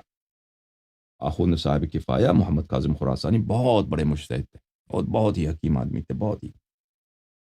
عالم آدمی تھے، آج سے 120 سال پہلے نجف اشرف میں۔ تو اس زمانے میں ان کو یہی آفر ہوا تھا کہ آپ ولایت فقیہ لگا دیں، پورے ایران میں حکومت آپ بنا دیں، اس کے لیے ممکن بھی تھا کیونکہ اس کی مقبولیت بھی اتنی تھی، اور اس زمانے میں قاجار بالکل کمزور ہو چکا تھا، اور لوگ اور جو ایران کے جو لوگ تھے وہ تو مجتہدین کے مقلد تھے اور مجتہدین کو بہت مانتے تھے، تو انہوں نے یہی کہا تھا۔ ان کے بہت سارے جملے ہیں، بہت سارا لمبی استدلال ہے جو آغا بزرگ تہرانی رحمۃ اللہ علیہ نے نقل کیا ہے، کہ انہوں نے فرمایا بہت سارے دلائل دی، ان دلائل میں سے ایک یہی تھا کہ اگر ہم علماء حکومت کو اپنے ہاتھ میں سنبھال لیں تو اس کا نتیجہ یہ ہوگا کہ ہم سے جو غلطیاں ہوں گی، ہم لوگوں پہ ظلم کریں گے، اور ہمیں یہ کوئی ضروری تو نہیں ہے کہ اگر کوئی شخص بڑا مولوی ہے وہ اچھا ایڈمنسٹریٹر بھی ہے، لازمی بات ہے ہم سے غلطیاں ہو جائیں گی، اور لوگ جو ہیں ہماری غلطیوں کو مذہب سے نسبت دیں گے، اور ہم بھی جب ہم سے غلطی ہوگی نا تو ہم نہیں کہیں گے یہ ہماری غلطی ہے، ہم کہیں گے کہ ہم اس کی توجیح کریں گے مذہبی لحاظ سے، اس کے لیے حدیث لائیں گے اپنی بات، اپنی پوزیشن کو ثابت کرنے کے لیے، اپنی بیہیویئر کی صفائی کے لیے. تو لوگ ہماری غلطیوں کو مذہب سے نسبت دیں گے. اس کا نتیجہ کیا ہوگا؟ اس کا نتیجہ یہ ہوگا کہ بہت سارے لوگ مذہب سے دور ہو جائیں گے. اور یہ بالکل واقع ہوا، ان کی بات صحیح تھی. اور دوسرا انہوں نے کہا تھا کہ اگر ہم اسلامی حکومت بنا دیں تو شیعہ تو صرف ایران میں اکثریت میں ہے اور باقی ملکوں میں تو اقلیت میں ہے، تو جماعت مخالفین کے عوام بھی اور ان کے علماء بھی وہ دیکھیں گے کہ شیعوں نے حکومت بنائی تو ہم بھی حکومت بنا دیں. پھر وہ اپنے مذہب میں تعصب کریں گے اور اپنی مذہب اور ان کے ملکوں میں اسلامی تحریکیں چلیں گی اور حکومت بنانے کی کوشش کریں گے. اور اگر وہ حکومت بنا دیں تو یہ شیعوں کی ضرر میں ہے، شیعوں کی ضرر، کیونکہ ہر جگہ وہ اکثریت میں ہیں اور ان کی جو ہے اور اور اور لوگ ان کے عوام ان کے سپورٹ کریں گے. اور بالکل یہی ہوا، بالکل یہی ہوا کہ ایرانی حکومت کے بعد، اس انقلاب ایران کے بعد، جماعت عمریہ کے مملکوں میں اسلامی اور مذہبی جو تنظیمیں ہیں، آرگنائزیشنز ہیں، ان کی ریکروٹمنٹ میں، ان کی مقبولیت میں اور ان کی تحرکات میں بڑا اضافہ ہوا. یعنی بڑا اضافہ، بہت زیادہ بڑھ گیا. اب یہ ایک اور بحث ہے، اب اس پہ بات کریں گے انشاءاللہ تبارک و تعالیٰ کبھی اور، کہ انقلاب ایران کے اثرات کیا ہیں. میں آپ کو خلاصہ ہی بتاؤں کہ انقلاب ایران جیسا مضر مصیبت، اس جیسا مصیبت ناک فاجعہ مذہب شیعہ پر پچھلے 1000 سال میں، بلکہ اس سے زیادہ، حضرت امام حسن عسکری علیہ السلام کی شہادت کے بعد آج تک واقع نہیں ہوا. اتنا شدید. اور آپ لوگوں کو پتہ نہیں ہے کہ دنیا میں جو وہابیت پھیل گئی ہے، اس طرح نہیں تھا پہلے، آج سے 40 سال پہلے. انہوں نے ان پہ جو انویسٹمنٹ کی ہے مذہب شیعہ کے مخالف، صرف انقلابی ایران کی وجہ سے، انقلابی ایران کے ضد میں آ کر، کہ انقلابی ایران کا توڑ کیا ہے؟ وہابیت ہے، وہابیزم ہے اور تکفیرزم ہے، شیعوں کی تکفیر. ان کے ضد میں آ کر جو ان لوگوں نے انویسٹمنٹ کیا، ان کے علماء کو جو پیسے ملے اور جو فنڈز ملے، اور ان کے لیے جو یونیورسٹیاں بنائی ہیں اور جو مدارس بنائے گئے اور جو مساجد بنائے گئے، اب پورے پاکستان میں آپ دیکھیں، اسی طرح ہندوستان میں بھی یہی ہے، اسی طرح بنگلہ دیش میں بھی یہی ہے، اسی طرح انڈونیشیا میں بھی یہی ہے، ملیشیا میں بھی یہی ہے، اسی طرح مصر میں بھی جائیں یہی ہے، اردن میں جائیں یہی ہے، مغرب میں جائیں، مغرب یعنی مراکش میں جائیں یہی ہے، اور اسی طرح یورپ میں بھی جائیں، امریکہ میں بھی جائیں یہی ہے، ہر جگہ. اور انہوں نے جو بہت ہی انہوں نے علمی کام کیا شیعہ مذہب کے خلاف. اس طرح کام کبھی نہیں ہوا، اس طرح کا کام پچھلے 1000 سال میں، اس طرح کا بہت انٹینس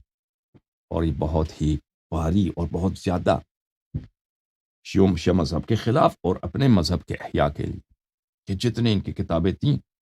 یعنی مثلا یہ متروک تھیں ان کی کتابیں، دوبارہ ان کو احیاء کیا گیا، دوبارہ ان کو نہایت ہی ذہین علماء کو تربیت دے کر کے ان کی کتابوں کی تحقیق کیا جائے. بہترین تحقیقات کے ساتھ ان کتابوں کو چھاپا گیا، احیاء کیا گیا. یعنی وہ کتابیں جو فی نفسی اگر آپ اس کو پڑھتے تو ان کے مذہب کے لیے مفید نہیں تھا، لیکن اس کے ساتھ ایسے تحقیقات کیے گئے، ایسے حواشی لکھے گئے کہ ایک عام آدمی اس کو پڑھتا ہے تو اس کے لیے اس کو رد کرنا آسان نہیں ہوتا. اور اسی طرح میرے محترم ناظرین، جو تکفیری احزاب پارٹیاں بنائی گئیں، اس کا بہترین نمونہ پاکستان میں ہے کہ کتنے اب شیعوں کا قتل ہوا. بہرحال میں موضوع سے دور چلا گیا. کہنے کا مقصد یہ ہے کہ جو حضرات کہتے ہیں کہ یہ ماتم کرنا حرام ہے، وہ نہیں کہتے کہ یہ خامنئی وغیرہ کہ ہمارے پاس حدیث ہے کہ یہ حرام ہے، وہ نہیں کہتے اس طرح. وہ کہتے ہیں اس سے مذہب کی بدنامی ہوتی ہے. فی نفسی جائز ہے لیکن مذہب کی بدنامی ہوتی ہے، ٹھیک ہے نا، کیونکہ فی نفسی تو کوئی نہیں کہتا کہ سینہ زنی حرام ہے، ٹھیک ہے نا، یا زنجیر میں اپنے زنجیر اٹھاتا ہوں میں اپنے پشت میں مارتا ہوں، یہ کوئی نہیں کہتا حرام ہے. یا اس زنجیر میں اگر چھری ہے تھوڑا سا خون میں مجھ سے بہہ جاتا ہے، ٹھیک ہے نا، میرے پشت سے، وہ کوئی نہیں کہتا یہ حرام ہے. ہاں کہتے ہیں اس سے مذہب کی بدنامی ہوتی ہے. تو میرے محترم ناظرین، اس لیے حرام ہے، لیکن حقیقت یہ ہے کہ اس سے مذہب کی بدنامی نہیں ہوتی. مذہب کی بدنامی کس سے ہوتی ہے؟ بلکہ یہ سنت ہے، بلکہ یہ سنت ہے. مذہب کی بدنامی تو علماء کے افعال سے ہوئی ہے، علماء کے افعال سے ہوئی. آپ لوگ جو پاکستانی حضرات ہیں نا، جو عام عوام ہیں، وہ اردو پریس سے تو واقفیت رکھتے ہیں لیکن فارسی میڈیا سے وہ واقفیت نہیں رکھتے. آپ نہیں جانتے ایران میں کیا کیا کیا دین کا کیا تماشا بنایا گیا، اور کتنے لوگ ہیں. میں نے عرض کیا نا کہ پیغمبر صلی اللہ علیہ وآلہ وسلم کو، ائمہ اطہار علیہ السلام کو گالی دینا یہ عام چیز بن چکا ہے. یہ واجبات پہ عمل کرنا یہ تو اکثر لوگوں نے چھوڑ دیا ہے بھائی، نماز وغیرہ روزہ وغیرہ تو یہ تو ہوتا ہی نہیں ہے، یہ بہت کم ہے. ایران کے شیعہ مساجد میں جائے نا تو بالکل خالی پڑی ہوتی ہے، خالی ہوتی ہے نماز کے وقت. حالانکہ انقلاب کے آغاز میں اس طرح نہیں ہوتا تھا. انقلاب کے آغاز میں شاہ کے زمانے کا جو نسل تھا، جو لوگ شاہ کے زمانے کے پلے بڑے تھے، انہوں نے دین کے علماء سے اخذ کیا تھا، لیکن شاہ کے زمانے میں، ٹھیک ہے نا، ان کا دین ایمان بہت فرق کرتا ہے زمین آسمان سے. جن لوگ خامنئی کی حکومت میں پلے بڑے ہیں اور انہوں نے دین خامنئی کے زمانے میں انہوں نے دیکھا. اچھا میرے محترم ناظرین، میں بہت دور گیا، میں آپ سے معذرت چاہتا ہوں، مجھے یہ باتیں ابھی فی الحال یہ مناسبت نہیں رکھتی، لیکن میں نے صرف ان کے جواب میں کہ دین کی بدنامی کس نے کی ہے. عزاداری نے دین کی بدنامی کی ہے ذلیلو، یا تم مولویوں نے دین کی بدنامی کی ہے. تو میرے محترم ناظرین،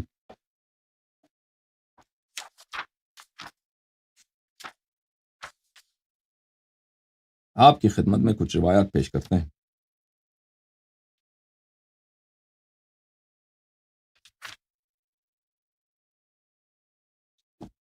کتاب ہے کامل الزیارات. یہ کتاب کامل الزیارات نہایت ہی معتبر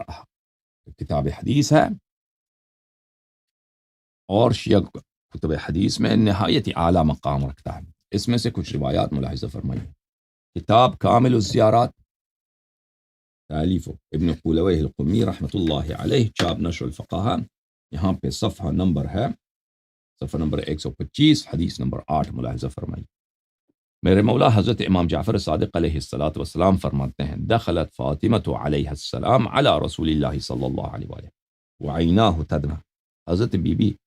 صدیقہ کبریٰ فاطمۃ الزہرا سلام اللہ علیہا رسول پاک صلی اللہ علیہ وآلہ وسلم کے پاس تشریف لائیں اور دیکھا کہ حضرت رسالت پناہ صلی اللہ علیہ وآلہ وسلم کے دو چشم مبارک سے آنسو بہہ رہے ہیں، وہ گریہ فرما رہے ہیں. فسألتہ ما لک، انہوں نے بی بی سلام اللہ علیہ نے والد گرامی سے پوچھا کہ ابا جان کیا ہو گیا ہے، آپ کیوں گریہ فرما رہے ہیں؟ تو فرمایا: ان جبرائیل علیہ السلام اخبرنی ان امتی تقتل حسینا. جبرائیل علیہ السلام نے مجھے خبر دی ہے کہ میری امت قتل کریں گے میرے فرزند، میرے نور عین حضرت امام حسین علیہ السلام کو. فجزعت وشق علیہا. تو اس وقت حضرت بی بی سلام اللہ علیہ بے تاب ہو گئیں، بے قرار ہو گئیں،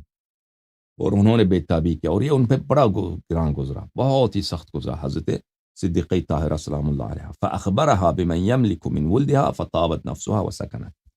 حضرت یہ بہت ساری روایات میں ہے کہ حضرت رسول صلی اللہ علیہ وآلہ وسلم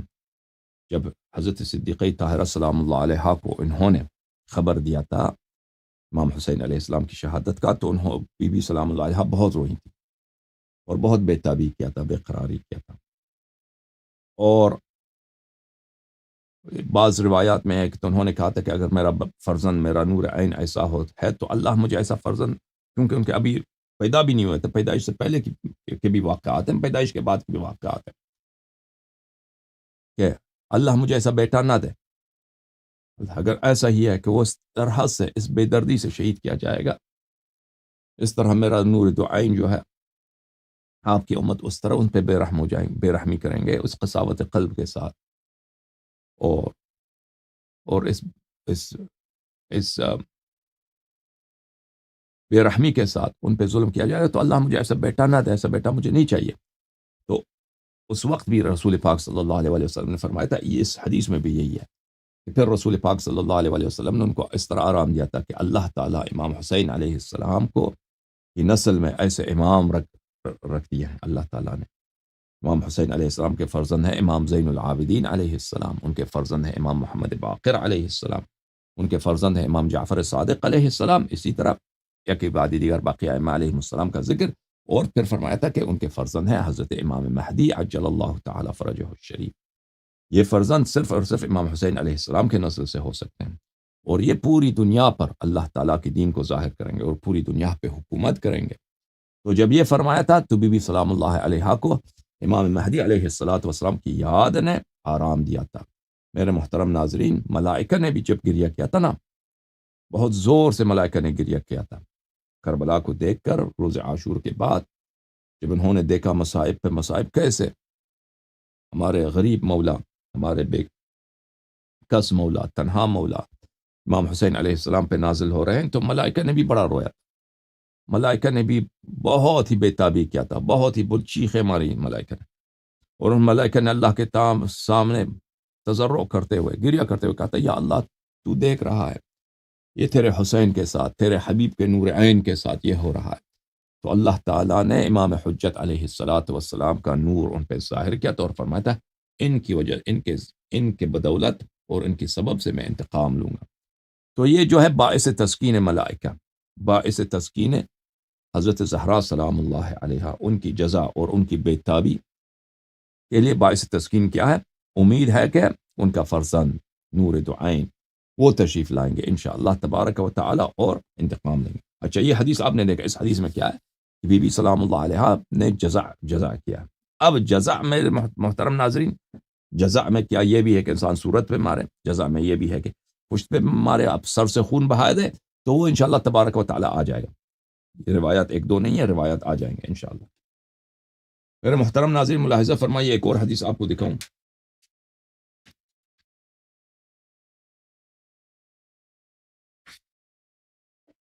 یہ صفحہ نمبر 127 ہے، یہ روایت کرتے ہیں ہمارے مولا حضرت امام جعفر صادق علیہ الصلاۃ والسلام نے، ان جبرائیل علیہ السلام اتا رسول اللہ صلی اللہ علیہ وآلہ والحسین علیہ السلام یلعب بین یدیہ فاخبرہ ان امتہ ستقتلہ۔ جبرائیل علیہ السلام رسول پاک صلی اللہ علیہ وآلہ وسلم کے پاس آئے، حضرت امام حسین علیہ السلام وہاں پر اپنے نانا کے سامنے وہ کھیل رہے تھے، تو حضرت جبرائیل علیہ السلام نے خبر دیا رسول پاک صلی اللہ علیہ وآلہ وسلم کہ ان کی امت، ان کے صحابی اور ان کے تابعین امام حسین علیہ السلام کو شہید کریں گے۔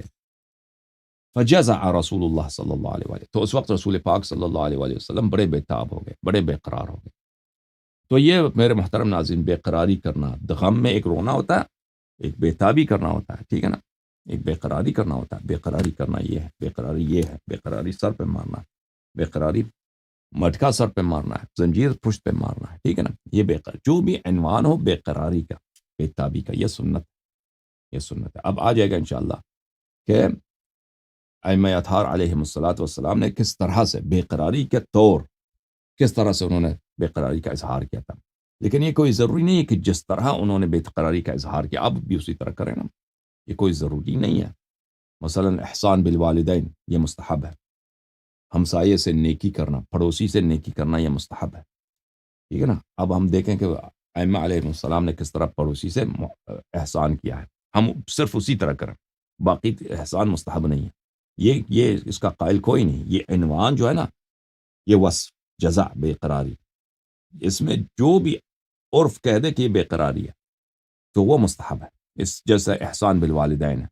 احسان بالوالدین میں اب آپ دیکھیں کہ ائمہ علیہ السلام نے اپنے والدین کے ساتھ کیا احسان کیا، آپ صرف وہی کریں، باقی جو ہے نہیں، سنت نہیں، یہ کوئی نہیں اس کا قائل نہیں ہے، اور نہ حدیث یہ کہتا ہے، ٹھیک ہے نا۔ احسان بنفس ہی جو بھی شریعت میں احسان کہلاتا ہے، عرف میں احسان کہلاتا ہے، لوگ کہیں گے کہ یہ لغت میں، عرف میں یہ چیز احسان ہے، یہ مستحب ہے، مگر یہ کہ وہ بنفس ہی حرام ہے، وہ فعل بنفس ہی حرام ہے، ٹھیک ہے نا۔ اگر کوئی والد، کسی کا والد چرسی ہے، بھائی آپ اس کے لیے 5 کلو چرس لے کے آؤ، کسی کا والد شرابی ہے، وہ شراب لے کے آؤ، تو یہ فی نفس ہی حرام ہے۔ لیکن اگر والد کو کپڑے کی ضرورت ہے، یا کپڑے کی ضرورت بھی نہیں ہے، آپ اس کے لیے کپڑے خریدیں، سلوا دیں درزی سے، ٹھیک ہے نا، یہ احسان ہے، اس کا ثواب ہے۔ اب آپ کے پاس کوئی حدیث نہ بھی ہو نا کہ کسی امام علیہ السلام نے اپنے والد گرامی کے لیے کپڑے سلوائے،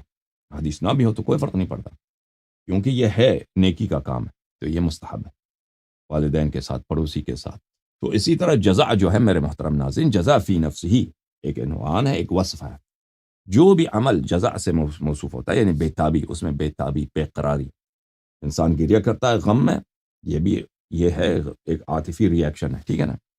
ایک سینٹیمنٹل ری ایکشن ہے، انسان کے عاطفے کا تقاضا ہے کہ انسان خوشی میں ہنستا ہے، غم میں اس کے آنسو آ جاتے ہیں۔ اور اسی طرح انسانیت کا تقاضا یہ ہے کہ اگر غم زیادہ بڑا ہو تو پھر وہ بے قرار ہو جاتا ہے. اچھا، تو رسول پاک صلی اللہ علیہ وآلہ وسلم نے اس سے جبرائیل نے کہا الا اریک التربۃ التي يقتل فيها قال فخسف ما بين مجلس رسول الله صلى الله عليه وآله الى المكان الذي قتل فيه الحسين عليه السلام حتى التقت القطعتان. جہاں پہ رسول پاک صلی اللہ علیہ وآلہ وسلم بیٹھے تھے اور وہ مکان جہاں پہ امام حسین علیہ السلام شہید ہوئے کربلا میں، یہ دونوں اللہ کے حکم سے اللہ تعالیٰ کے وہاں پہ طی العرض پیش آیا. طی العرض کس طرح پیش آتا ہے؟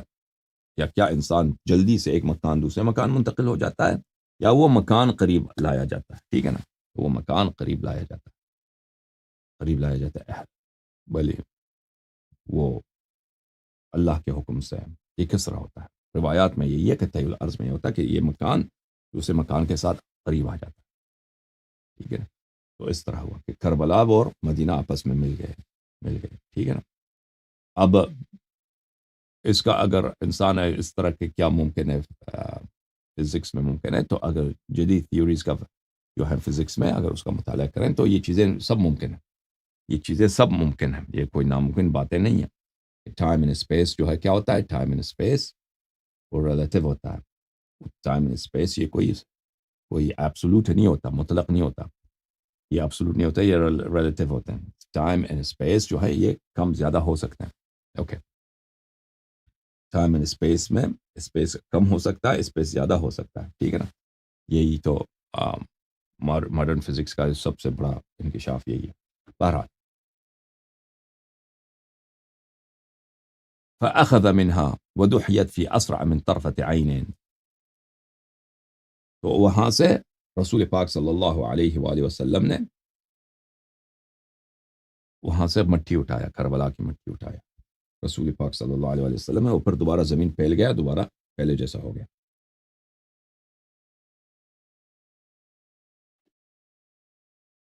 فخرج وهو يقول طوبى لك من تربة وطوبى لك لمن يقتل حولك. امام جبرائیل چلا گیا وہاں سے، جو جبرائیل نے کہا کہ تو کتنا مقدس مٹی ہے. اور روایات میں خاک کربلا کی بہت تعریف ہے کہ خاک کربلا جو ہے شفا ہے. اور صرف یہ نہیں ہے کہ امام حسین علیہ السلام کے قبر کے ساتھ وہ صرف شفا ہے، وہاں پہ تو مٹی آپ کو مشکل سے ملے گی. قبر شریف سے 4 میل کے فاصلے تک یہ سب خاک شفا ہے. اور اسی طرح امیر المؤمنین علیہ السلام رسول اللہ صلی اللہ علیہ وآلہ وسلم کے روضے کا خاک بھی وہاں پہ، وہ بھی خاک شفا، یہ بھی حدیث میں. اور خاک شفا جب آپ لاتے ہیں آپ کے پاس ہوتا ہے تو شیاطین اس کے ساتھ آ کر اس سے ملنے کی کوشش کرتے ہیں تاکہ اس کی برکت ختم ہو جائے، تاکہ اس کے معجزات ظاہر نہ ہو جائیں. تو روایات میں ہے کہ خاک شفا کو آپ جو ہے نا اس کو بڑے احتیاط سے رکھیں، بڑے پیار سے رکھیں، اور ہمیشہ اس کے ساتھ تسبیح پڑھیں، اس کے پاس ذکر الہی کریں تاکہ اس کے خواص کو شیاطین کم نہ کر سکیں. ٹھیک ہے نا. اور اس میں یہ حدیث میں یہ بھی ہے خاک شفا کے متعلق میرے محترم ناظرین کہ انسان کا جتنا عقیدہ سالڈ ہوگا، عقیدہ جتنا پاک ہوگا، یہ خاک شفا دے گا ہمیں، تو وہ شفا دے گا انشاءاللہ تبارک و تعالی. اللہ تعالیٰ نے امام حسین علیہ السلام کو بہت سارے مقامات سے نوازا ہے، بہت سارے انعامات سے نوازا ہے، بہت سارے نعمتوں سے نوازا ہے. ان میں سے یہی ہے کہ اللہ تعالیٰ نے، یہ بہت سارے احادیث میں اللہ تبارک و تعالیٰ نے شفا کو ان کی تربت اقدس میں رکھا ہے. ہر درد سے شفا ان کی تربت اقدس میں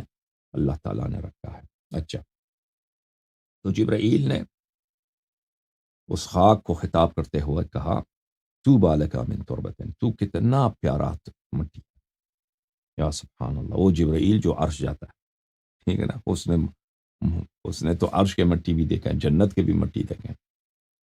اس نے تو بہت سارے مٹی دیکھے. لیکن جبرائیل کو اگر پیار ہے، جبرائیل کو اگر کبھی یہ نہیں ہوا کہ وہ جبرائیل جو ہے نا حدیث میں نہیں ہے عرش سے کوئی مٹی لے کے آئے رسول پاک صلی اللہ علیہ وسلم کے لیے، جنت سے لے کے آئے، کبھی نہیں. ہاں، کیونکہ رسول پاک صلی اللہ علیہ وسلم کا اپنے گھر کا مٹی وہ جنت کی مٹی سے بہتر ہے، عرش کی مٹی جیسا ہے. لیکن کربلا کا جو تربت ہے بارہا احادیث میں ہے کہ اس کو جبرائیل نے رسول پاک صلی اللہ علیہ وسلم کے لیے لایا ہے. رسول پاک صلی اللہ علیہ وسلم نے اس کو چوما ہے،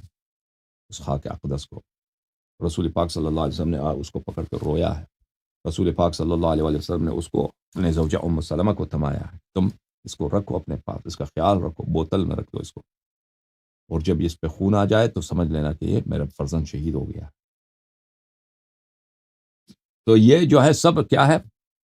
بھلے کربلا کی عظمت ہے، اور یہ سب کیا ہے؟ یہ امام حسین علیہ الصلوۃ والسلام کا خاک پاک کی یہ عظمت ہے۔ تو آپ دیکھیے کہ رسول پاک صلی اللہ علیہ وسلم کے دل میں، جبرائیل کے دل میں، اللہ تعالیٰ کے پاس امام حسین علیہ السلام کی کیا مقام ہے، کیا محبت ہے، کیا مودت ہے۔ اچھا، تو امام علیہ السلام نے فرمایا کہ سلیمان کے لیے بھی، سلیمان کا جو وزیر تھا آصف بن برخیا، اس نے بھی جو تیل عرض کیا تھا یہی تھا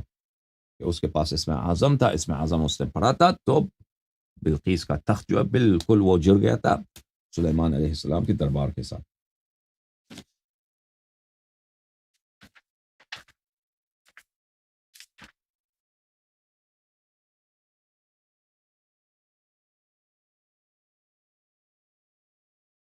ملاحظہ فرمائی کامل الزیارات میں حدیث ہے صفحہ نمبر 178، یہ حدیث نمبر 20 ہے۔ یہ باب کون سا باب ہے میرے ناظرین، محترم ناظرین؟ بکاء الملائکۃ علی الحسین ابن علی علیہم السلام، ملائکہ کا گریہ کرنا امام حسین علیہ السلام، اس باب میں۔ اچھا، حدیث کہتا ہے میں حضرت امام جعفر صادق علیہ الصلوۃ والسلام کے پاس گیا، عرض کیا جعلت فداک ما اقل بقاءکم اہل البیت علیہم السلام واقرب آجالکم بعضها من بعض مع حاجت هذا الخلق الیکم۔ میں نے عرض کیا مولا، ہماری کتنی بدقسمتی ہے کہ آپ اہل بیت علیہ الصلوۃ والسلام کی عمر کم ہوتی ہے، دوسرے دیکھیں کوئی 100 سال 120 سال رہتا ہے، کوئی 90 سال، کوئی 80 سال، ٹھیک ہے نا؟ اور آپ کے آبائے گرامی جو ہیں سب کم عمری میں شہید ہو گئے۔ رسول پاک صلی اللہ علیہ وسلم 63 سال، امیر المومنین علیہ السلام 63 سال، امام حسین علیہ الصلوۃ والسلام 47 سال، امام حسین علیہ السلام اسی طرح 57 سال، آپ کے بابا، آپ کے جد اسی طرح کم عمری میں شہید ہو گئے، حالانکہ سب خلق کو آپ کی حاجت ہے، آپ سے ان کو آپ کے حاجت مند ہیں۔ بھلے حضرت امام جعفر صادق علیہ السلام نے فرمایا ان لكل واحد منا صحیفة فيه ما يحتاج الیہ ان يعمل به في مدته۔ حضرت امام جعفر صادق علیہ السلام نے فرمایا یہ حدیث جو ہے، یہ جو صحیفے کی بات ہے، یہ مختلف احادیث میں موجود ہے کہ ہر امام کے لیے اللہ کی جانب سے ایک ان کے پاس ایک کیا ہے، ایک عمل نامہ ہے، ایک کتاب ہے کہ اس کتاب میں موجود ہوتا ہے کہ انہوں نے کن چیزوں کو زندگی میں انجام دینا ہے، ٹھیک ہے نا؟ ہمارے ہر ایک کے پاس، ہر امام کے پاس ایک صحیفہ ہوتا ہے، یعنی ایک کتاب ہوتا ہے، اس کتاب میں لکھا ہوا ہوتا ہے، اور یہ اللہ کی جانب سے جبرائیل لے کے آیا تھا رسول پاک صلی اللہ علیہ وسلم کے پاس کہ آپ نے اپنی زندگی میں کون سے کام کرنے ہیں۔ فَإِذَا انْقَضَى مَا فِيهَا مِمَّا أَمَرَ بِهِ عَرِفَ أَنَّ أَجَلَّهُ قَدْ حَضَرَ۔ اور جب کوئی بھی امام ہو تو وہ اپنے کتاب میں دیکھ دیتا ہے کہ میں نے جو اعمال انجام دینے تھے وہ تو میں نے انجام دے دیے ہیں، تو امام علیہ السلام اس وقت جان لیتا ہے کہ ان کی اجل قریب ہے، شہادت قریب ہے۔ وَأَتَاهُ النَّبِيُّ صلی اللہ علیہ وآلہ وسلم ينعى إلیہ نفسه وأخبره بما له عند اللہ، اور اس وقت رسول پاک صلی اللہ علیہ وآلہ وسلم آتے ہیں ہر امام کے پاس اور اس کو خبر دے دیتے ہیں کہ اب آپ کا جو ہے شہادت قریب ہو چکا ہے، اور اللہ تعالیٰ نے آپ کے لیے بہت بڑے مقامات، بہت عالی مقامات اللہ تعالیٰ نے آپ کے لیے آمادہ کر رکھا ہے، آپ عالم بقا تشریف لا رہے ہیں۔ عفواً میرے محترم ناظرین،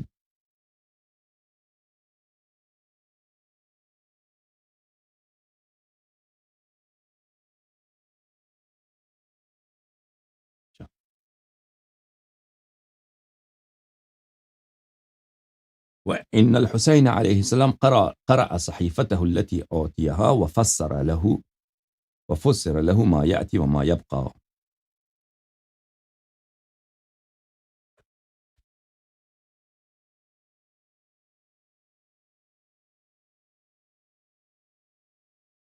امام حسین علیہ السلام نے کے پاس بھی صحیفہ تھا، انہوں نے اپنے صحیفے کو پڑھا،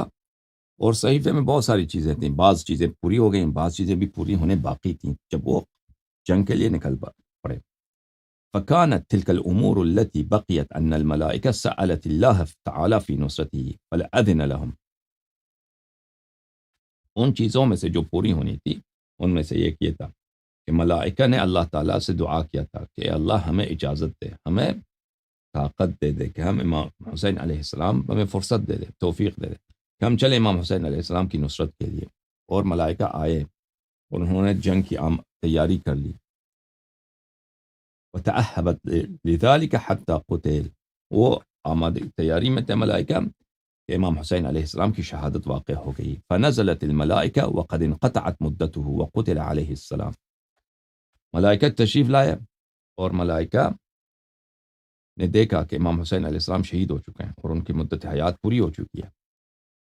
فقالت الملائکہ یا رب اذنت لنا بالانحدار واذنت لنا فی نصرته فانحدرنا وقد قبضته، ملائکہ نے اللہ سے شکوہ کیا کہ اللہ تعالیٰ اس میں کیا حکمت ہے، آپ نے ہمیں اجازت دے دی کہ ہم دنیا میں آ جائیں، اور آپ نے ہمیں اجازت دی کہ ہم امام حسین علیہ السلام کی نصرت کریں، اور ہم جب یہاں آئے ہیں نصرت کے لیے تو وہ شہید ہو چکے ہیں، اس میں کیا سر ہے؟ بلے کیا سر ہے؟ فأوحى الله تبارك وتعالى إليهم أن الزموا قبته حتى ترونه وقد خرج فانصروه، تو اللہ تعالیٰ نے ملائکہ کو وحی بھیجا، پیغام بھیجا کہ تم انہی کے گنبد شریف، انہی کے قبے کے ساتھ، انہی کے کیونکہ حضرت امام جعفر صادق علیہ السلام کے زمانے میں روایت میں یہ ملتا ہے کہ ان بلڈنگ تھا وہاں پر تعمیر کی گئی تھی امام جعفر صادق علیہ السلام کے زمانے میں، امام حسین علیہ السلام کے مزار پر۔ تو شروع میں تو وہاں پہ کوئی تعمیر نہیں تھی، بعد میں وہاں پہ اسٹرکچر بنایا گیا تھا۔ تو بہت سارے روایات میں ہے کہ ائمہ علیہ السلام نے زائرین کو بتایا کہ اس دروازے سے جاؤ، اس دروازے سے نکل جاؤ، تو اسے پتہ چلتا ہے کہ اس زمانے میں بلڈنگ تھا۔ تو تم امام حسین علیہ السلام کے قبہ شریف، یعنی بعد میں جو قبہ بنے گا، ابھی قبہ نہیں ہے، جب ملائکہ امام حسین علیہ السلام کی شہادت ہوئی تو وہاں پہ قبہ بلڈنگ تو نہیں تھا، قبہ بعد میں بنی ہے، تو تم وہاں پہ رہو اور بعد میں قبہ بنے گا تو اس قبے کے ساتھ تم رہو، قبہ یعنی گنبد۔ اور ایک وقت آئے گا کہ امام حسین علیہ السلام رجعت میں دوبارہ دنیا میں تشریف لائیں گے، تو اس وقت ان کی تم نصرت کرنا۔ اور یہ رجعت کی روایات بہت زیادہ ہیں، اور یہ ضروریات مذہب میں سے ہے، کیونکہ اس کی احادیث بہت زیادہ ہیں اور بہت ہی صحیح احادیث میں ہیں کہ ائمہ طاہرین علیہم السلام رجعت فرمائیں گے، امام حسین علیہ السلام رجعت فرمائیں گے اور اپنے قاتلین سے انتقام لیں گے۔ اچھا، وَابْكَوْا عَلَيْهِ عَلَى مَا فَاتَ وَعَلَى مَا فَاتَكُمْ مِن نُصْرَتِهِ، تو تم ان پہ امام حسین علیہ السلام پہ گریہ کیا کرو، اور اس مصیبت پر کہ تم ان کی نصرت نہ کر سکے گریہ کیا کرو۔ وَإِنَّكُمْ خُصِصْتُمْ بِنُصْرَتِهِ وَالْبُكَاءِ عَلَيْهِ، تو اللہ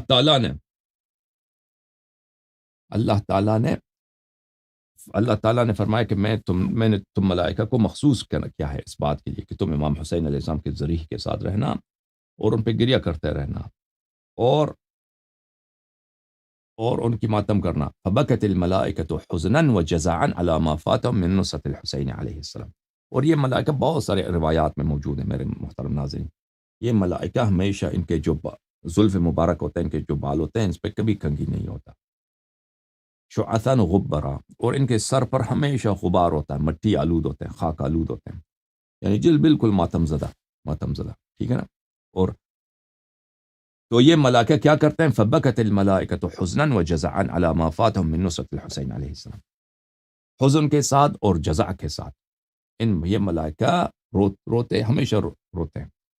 یہ حزین ہیں اور یہ بے قرار ہیں۔ اب ان کی بے قراری کیسی ہے میرے محترم ناظرین؟ اب جو بھی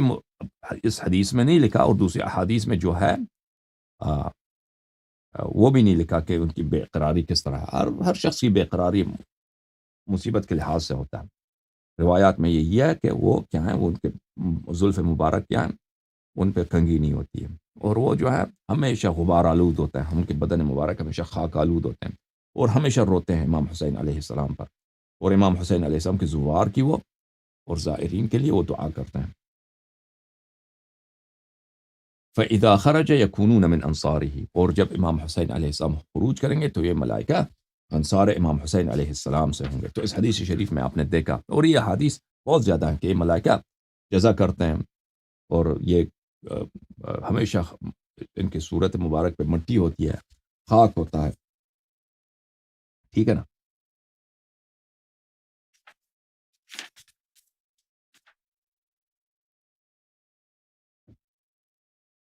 ملاحظہ فرمائیے یہ حدیث، یہ کون سا باب ہے میرے محترم ناظرین؟ باب ہے بکاء السماء والارض علی قتل الحسین علیہ السلام، امام حسین علیہ السلام کی شہادت پہ زمین و آسمان کا گریہ، میں بہت سارے احادیث ہیں۔ حدیث نمبر 23، راوی نقل کرتے ہیں حضرت امام جعفر صادق علیہ السلام سے، سألته فی طریق المکہ ونحن نرید المدینہ، فی طریق المدینہ ونحن نرید المکہ، ہم مدینے سے مکے کی طرف جا رہے تھے، راستے میں تھے، تو میں نے حضرت امام جعفر صادق علیہ السلام سے پوچھا، یا ابن رسول اللہ ما لی اراک کئیبا حزینا منکسرا، میں نے پوچھا یہ میرے مولا وجہ کیا ہے، آپ مکے کی طرف جا رہے ہیں، بہت ہی غمزدہ ہیں، بہت ہی غمزدہ ہیں، بہت ہی آپ حزین لگتے ہیں، اور منکسرن آپ بالکل شکستہ لگتے ہیں، ٹوٹے ہوئے لگتے ہیں، منکسرن یعنی ایک شخص جو بالکل غم سے ٹوٹا ہوا ہو، آپ اس طرح لگتے ہیں۔ فقال لو تسمع ما اسمع لشغلك عن مسألتي، تو امام جعفر صادق علیہ السلام نے فرمایا کہ اے صفوان جمال، اگر تو بھی، تیرے کان بھی وہی سنتے جو میں سنتا ہوں، تو بھی وہ غیب کی آوازیں سنتا تو میں سنتا ہوں، تو مجھ سے یہ سوال نہ کرتا کہ میں کیوں اتنا حزین ہوں۔ میں نے پوچھا فما الذی تسمع، میں نے عرض کیا کہ آپ کیا سنتے ہیں، آپ کو کیا سنائی دے رہی ہے؟ تو فرمایا ابتحال الملائکة الى اللہ عز وجل على قتلة امیر المؤمنین علیہ السلام وقتلة الحسین علیہ السلام، ابتحال بولتے ہیں شدید لعنت، میں سن رہا ہوں کہ ملائکہ کیسے شدید لعنت کر رہے ہیں اور کیسے بد دعائیں دے رہے ہیں، اللہ تعالیٰ سے تضرع کر رہے ہیں کہ اللہ اپنی عذاب بڑھا دے، کس پر؟ جن لوگوں نے امیر المؤمنین علیہ السلام کو شہید کیا ہے، جن لوگوں نے قتلت امیر المؤمنین، قاتل امیر المؤمنین علیہ السلام نے، قتلت امیر المؤمنین علیہ السلام، جن لوگوں نے امیر المؤمنین علیہ السلام کو شہید کیا، ٹھیک ہے نا۔ صرف ابن ملجم نہیں ہے، ٹھیک ہے نا، لعن اللہ امتا قتلتکم بالایدی والالسن، زیارت شریف میں ہے کیا، خدا لعنت کرے ان طوائف کو جنہوں نے آپ کو تلواروں سے قتل کیا اور اپنی زبانوں سے قتل کیا، ٹھیک ہے نا، اور زبان کا جو قتل ہوتا ہے وہ تلوار کے قتل سے کم نہیں ہوتا۔ تو اے اللہ امیر المؤمنین علیہ السلام کے قاتلین پر اور امام حسین علیہ السلام کے قاتلین پر بڑے لعنت اپنے بھیج دے۔ ونوح الجن وبکاء الملائکہ، اور میں سن رہا ہوں کہ جن بہت نوحے کرتے ہیں، جن جو ہیں بڑے نوحہ سرائی، مومن جو جن ہیں وہ بڑے نوحہ سرائی کرتے ہیں امام حسین علیہ السلام کے لیے، گریہ کرتے ہیں، مرثیہ پڑھتے ہیں، سینہ زنی کرتے ہیں، وہ مجھے سنائی دیتا ہے۔ اور بکاء الملائکہ الذین حولہ، اور مجھے سنائی دیتا ہے کہ جو ملائکہ کربلا میں ہیں امام حسین علیہ السلام کے ذریعہ مبارک کے آس پاس دروازہ شریف کے ساتھ قبے کے ارد گرد پرواز کرتے ہیں، صورتوں پہ سب مٹی خاک آلود، کتنے شدید وہ گریہ کرتے ہیں ہمیشہ، مجھے سنائی دیتا ہے۔ وشدت جزعہم، اور وہ کتنے شدید بےتاب ہیں، کس شدت کے ساتھ وہ بےتابی کرتے ہیں، بے قراری کرتے ہیں، ان میں چین نہیں ہے، غم نے ان کا چین، غم حسین علیہ السلام نے، حزن امام حسین علیہ السلام نے ان کے سب چین ان سے لوٹا ہوا، اور غم میں بے چینی جو ہے انشاءاللہ تبارک و تعالی آ جائے گا کہ حضرت زینب سلام اللہ علیہ نے اپنے سر محمل کو مارا ہے، امام زین العابدین علیہ السلام نے اپنا سر شریف حدیث میں ہے دیوار سے مارا ہے، سر سے خون بہایا، تو انشاءاللہ تبارک و تعالی یہ ہم آپ کو دکھائیں گے، لیکن یہ ابھی فی الحال صرف جزع کو ثابت کر رہے ہیں کہ جس طرح بکا مستحب ہے اسی طرح جزع بھی مستحب ہے، ٹھیک ہے نا۔ فمن يتهنأ مع هذا بطعام او بشراب او نوم، تو مولا امام جعفر صادق علیہ السلام نے فرمایا کہ اس مسائل کو دیکھ کر کس طرح انسان مثلا سو سکتا ہے یا اچھا کھانے کو انجوائے کر سکتا ہے، اس کو وہ اس سے اس کو گوارا آ جائے، کھانا یا پینا انسان کو گوارا آ جائے۔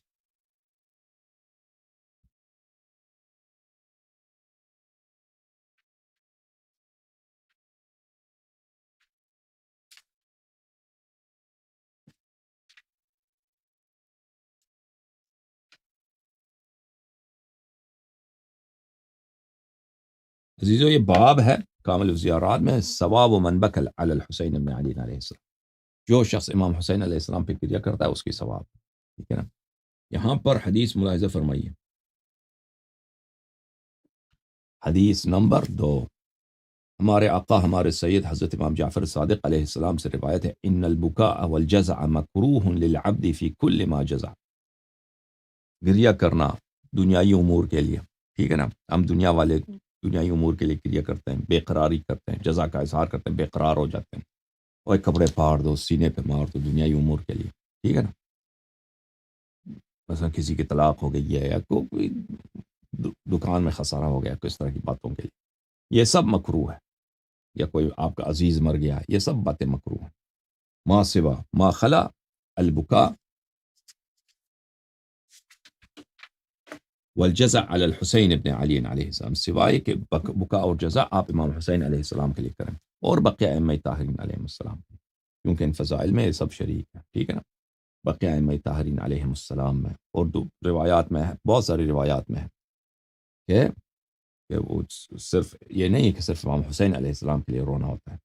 بقیہ ائمہ علیہ السلام کے رونے کے مصائب میں رونا اور جزا کرنا بھی وہی ہے، مستحب ہے۔ فإنه فیہ مأجور، اس امام حسین علیہ السلام کے غم میں انسان جزا کر دے تو انسان کو اجر ملتا ہے۔ ملاحظہ فرمائیے عزیز، یہ حدیث ہے مسمع ابن عبد الملک کردین البصری روایت کرتے ہیں، کس سے؟ ہمارے مولا امام جعفر صادق علیہ السلام سے۔ اس نے کہا امام جعفر صادق علیہ السلام نے مجھے فرمایا، یا مسمع انت من اہل العراق ما تأتی قبر الحسین علیہ السلام، فرمایا کہ اے مسمع، آپ کا تعلق عراق سے ہے، کوفے سے ہے، بصرے سے ہے،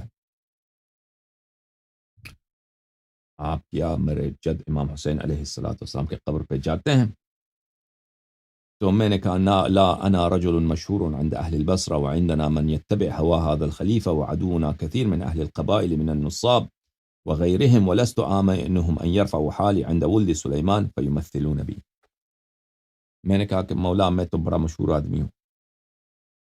ہمارے بہت سارے نواسب پڑوسی ہیں، نواسب ہمارے قبیلے میں رہتے ہیں، اگر میں امام حسین علیہ السلام کی زیارت کے پاس جاؤں تو یہ میری چولی لگا دیں گے، رپورٹ دیں گے، پھر وہ کیا کہیں گے، پھر میرے ناک کاٹ دے گا، وہ میرا کان کاٹے گا، میرا ہاتھ کاٹ دے گا، میرا ہاتھ کاٹ دے گا، میرا ناک کاٹ دے گا، میرے آنکھیں نکال دے گا، اتنا ظالم ہے زیارت پہ، تو میں جرأت نہیں کر سکتا زیارت پہ جانے کی۔ تو مولا امام علیہ السلام نے فرمایا افما تذکر ما صنع به، تو مولا امام جعفر صادق علیہ السلام نے کہا کہ بلا تو زیارت نہیں جاتا تو مجھے بتاؤ، کیا تو ان کے ذکر مصائب بھی کرتا ہے؟ امام حسین علیہ السلام کے ذکر مصائب بھی کرتا ہے؟ جانے کی توفیق نہیں ہے، ان کا ذکر مصائب بھی کیا تم کرتے ہو؟ میں نے کہا نعم، جی ہاں، میں بہت ذکر مصائب کرتا ہوں۔ قال فتجزع، تو مولا امام جعفر صادق علیہ السلام نے فرمایا کہ کیا تم بے قرار بھی ہو جاتے ہو، بے چین بھی ہو جاتے ہو ان کی مصیبت میں؟ امام حسین علیہ السلام کی مصیبت، ان کے نوحے سن کر، ان کے مصائب سن کر، یا ان کی مصائب کو یاد کر کے کیا ایسا ہوتا ہے کہ تو جزا کرے، تو بے قرار ہو جائے، تو اپنا سکون کھو دے؟ قلت ای واللہ، میں نے عرض کیا جی ہاں، خدا کی قسم میں بے قراری، اب بے قراری کے مختلف اشکال ہوتے ہیں، اس شخص کی بے قراری کو دیکھیں، یہ اس کی بے قراری یہ ہے کہ کھانا کھانا چھوڑ دیتا ہے، کہتا میں کھانا پھر کئی دنوں تک مجھ سے کھایا نہیں جاتا۔ یہ مصیبت، انسان پہ مصیبت آ جائے نا، اس کے مختلف اقسام ہوتے ہیں، مختلف اطوار ہوتے ہیں۔ قال والله واستعبر لذلك حتى يرى اهلي اثر ذلك علي، اس نے کہا کہ میں اتنا روتا ہوں کہ سب لوگوں کو میرے چہرے پہ پتہ چل جاتا ہے کہ یہ شخص، انسان زیادہ روئے نا، اس کے آنکھوں سے پتہ چل جاتا ہے، چہرے سے پتہ چل جاتا ہے،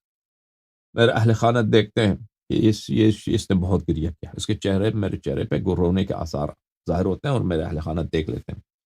فامتنع من الطعام حتى يستبين ذلك في وجهه، اور کھانا کھانا چھوڑ دیتا ہوں، کھانا نہیں کھاتا، یہاں تک کہ بالکل میرے چہرے پر اس کے آثار ظاہر ہوتے ہیں کہ اس شخص نے کئی دن کھانا نہیں کھایا، شخص نے، یہ بڑا بھوکا ہے، اس نے کئی دن کھانا نہیں کھایا۔ اچھا، قال رحم اللہ دمعتک، مولا حضرت امام جعفر صادق علیہ السلام نے فرمایا کہ تیرے آنسو کتنے پیارے ہیں، خدا رحمت نازل کرے تیرے آنسوؤں پر، تیرے آنسوؤں۔ اما انک من الذین یعدون من اہل الجزع لنا، بے شک تو ان لوگوں میں سے تیرا شمار ہے تو نہ صرف ہمارے لیے روتے ہیں بلکہ ہمارے لیے بے تاب بھی ہو جاتے ہیں، بے قرار ہو جاتے ہیں، اپنا سکون کھو جاتے ہیں ہماری مصیبت میں۔ والذین یفرحون لفرحنا ویحزنون لحزننا، آپ انہی لوگوں میں سے، ہمارے خوشیوں میں سے جو ہمارے خوشی میں خوش ہو جاتے ہیں اور ہمارے غم کے ایام میں غم زدہ ہو جاتے ہیں۔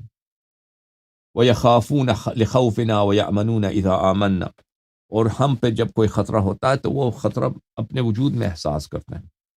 اور ہم جب امن و امان میں ہوتے ہیں تو وہ بھی امن و امان میں ہوتے ہیں۔ اما انک سترى عند موتک حضور آباء لک ووصیتهم ملک الموت بک، اور جب تیرے موت کا وقت آئے گا اے مسمع، تو یاد رکھنا کہ تو دیکھے گا کہ میرے آباء طاہرین علیہم السلام، رسول اللہ صلی اللہ علیہ وآلہ، امیر المؤمنین علیہ السلام، امام حسین علیہ السلام، امام حسن علیہ السلام، ائمہ اطہار علیہم السلام تیرے بستر مرگ پر تشریف لائیں گے۔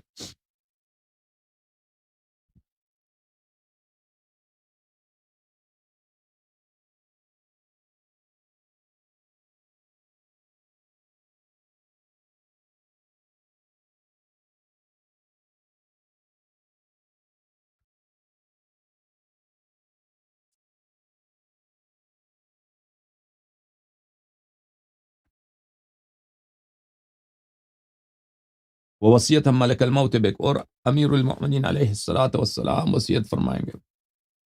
ملک الموت سے، رسول اللہ صلی اللہ علیہ وآلہ وسلم۔ وصیت عربی زبان میں سفارش کو بولتے ہیں، سفارش کریں گے، حکم دیں گے اس کو، یہ ہمارا شیعہ ہے، یہ ہمارا شیعہ، یہ ہمارا مومن ہے، یہ ہمارا محب ہے، اس نے یہ ہمارے امام، میرے فرزند امام حسین علیہ السلام کے غم پہ بڑا روتا تھا، یہ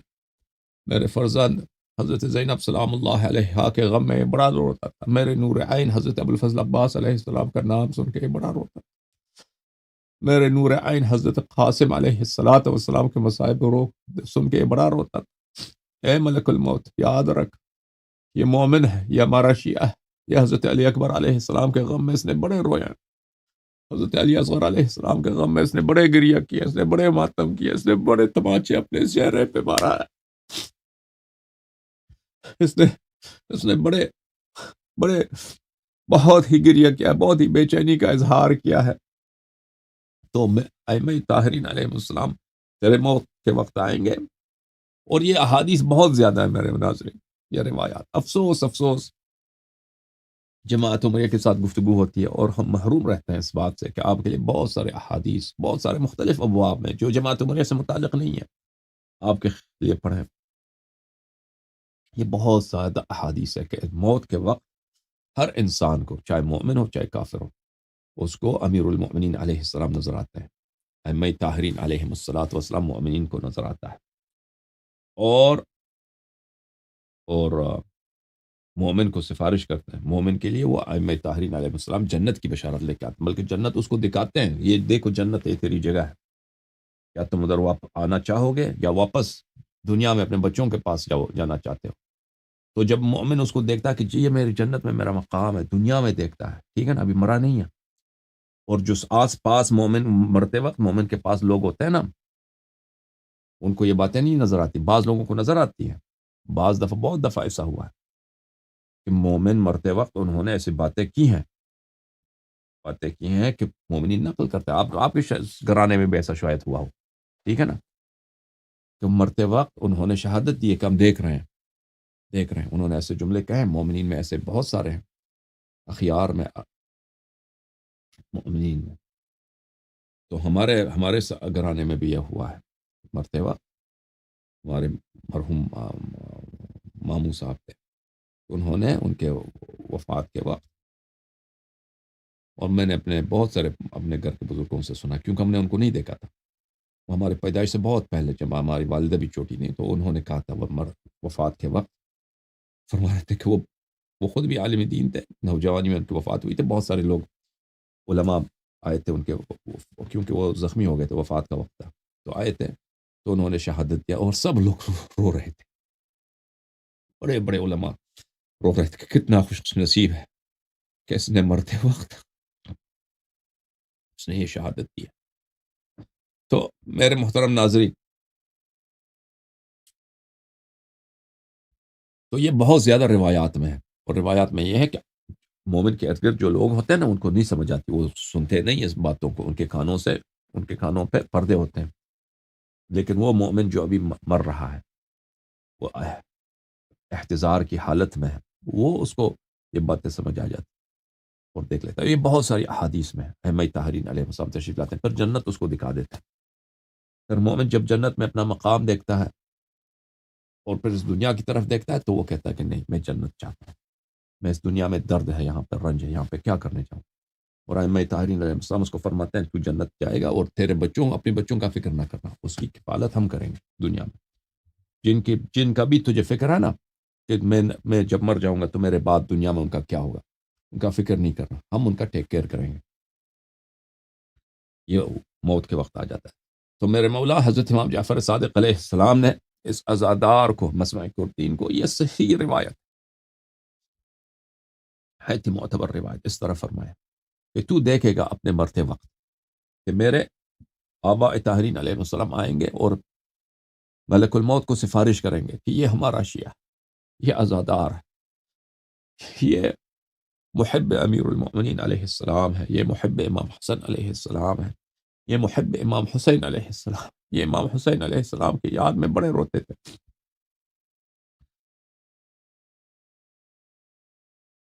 وما یلقونک به من البشارت افضل، اور تجھے جو خوشبر خبریات دیں گے اس وقت، اے مسمع، میرے آبا، میرے جد، میرے نانا سلام اللہ علیہ،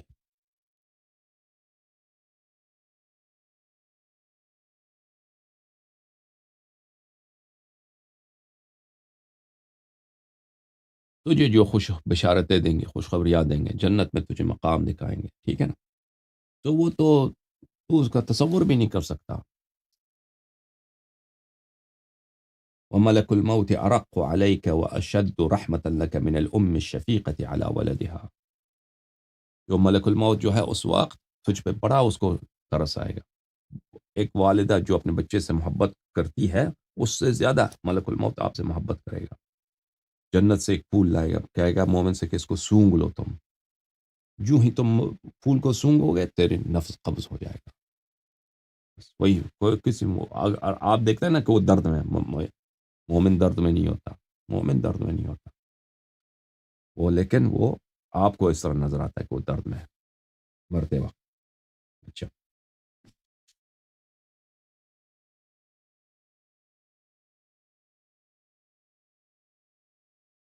میرے محترم ناظرین، اب میں جزا کے متعلق ایک روایت پیش کروں آپ کی خدمت میں، اب جو ہے نا، آ،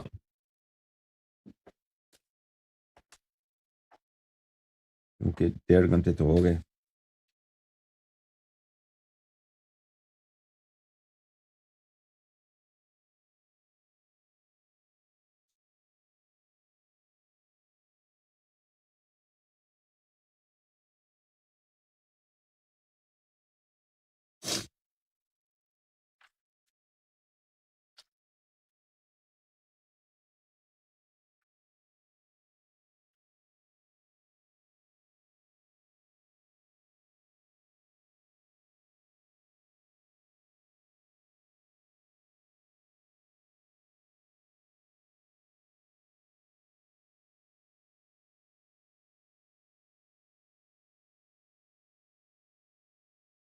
میں کہ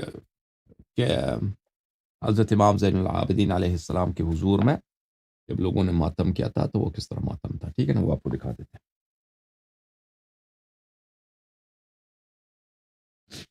بلکہ کون سا دکھاؤں، بلکہ یہ لحوف والی روایت کل دکھا دیتے ہیں آپ کو، لحوف والی ایک دوسری روایت آپ کو دکھا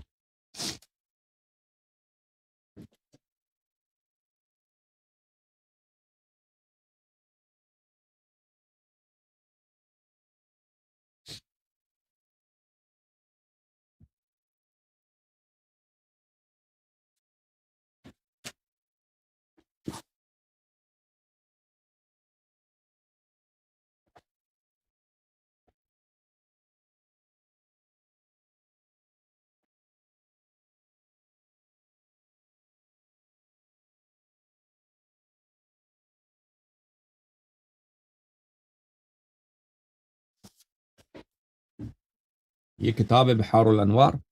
الجامع لدرر اخبار الائمۃ الاطہار علیہم السلام، جلد نمبر 45 ہے، صفحہ نمبر 115۔ حضرت زینب سلام اللہ علیہ کا ماتم، خونی ماتم ملاحظہ فرماتے ہیں۔ علامہ مجلسی رحمۃ اللہ علیہ نقل کرتے ہیں کہ ثم ان ام کلثوم اطلعت رأسها من المحمل وقالت لهم صح یا اہل الکوفہ۔ جب قافلہ کو لایا گیا تھا کوفے میں تو حضرت ام کلثوم سلام اللہ علیہا نے اپنا سر محمل سے نکالا اور فرمایا کہ اے اہل کوفہ خاموش ہو جاؤ، تقتلنا رجالکم وتبکینا نساؤکم، آپ کے مرد ہمیں قتل کرتے ہیں اور آپ کی عورتیں جو ہیں ہماری حالت پہ روتی ہیں۔ فالحاکم بیننا وبینکم اللہ یوم فصل القضاء، اللہ تعالی ہمارے اور آپ کے درمیان روز قیامت فیصلہ سنائے گا۔ فبینما ہی تخاطبہن اذا بزجة قد ارتفعت، حضرت ام کلثوم سلام اللہ علیہا ابھی خطاب کر رہی تھیں کہ ایک دفعہ ہر طرف سے ایک شور اٹھا، رونے کی آوازیں بلند ہو گئی، گریہ گزاری کے اور ماتم کے آواز بلند ہو گئے ہر طرف سے۔ فَإِذَا أَتَوْهُمْ بِالرُّؤُوسِ، سب نے نظر ڈالا، دیکھا کہ نیزوں کے نوکوں پر، رؤوس مطہرہ کو، اہل بیت طاہرین علیہم السلام کے سروں کو لایا جا رہا ہے۔ یقدمہم رأس الحسین علیہ السلام، سب سے آگے کس کا سر تھا؟ سب سے آگے سر شریف تھا ہمارے مظلوم آقا امام حسین علیہ السلام کا،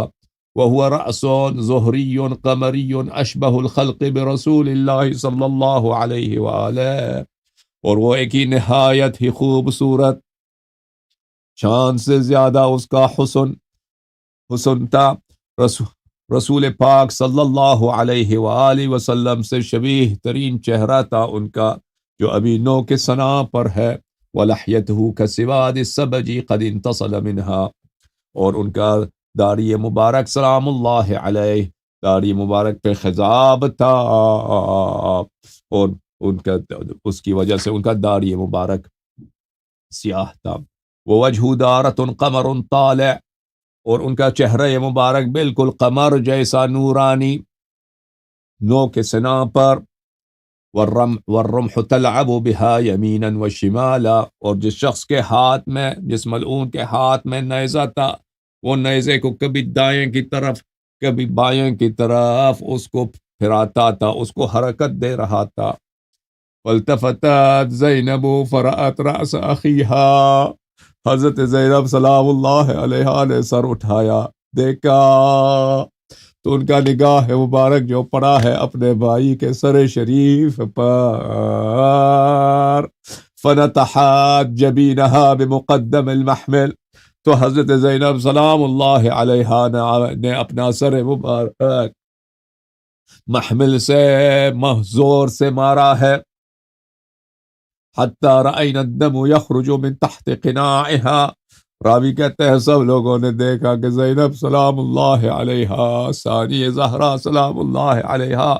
کے چادر کے نیچے سے خون رواں ہے، خون جاری ہوا ہے۔ وَأَوْمَأَتْ إِلَيْهِ بِخُرْقَةٍ وَجَعَلَتْ تَقُولُ، ان کے ہاتھ میں ایک رومال ہے،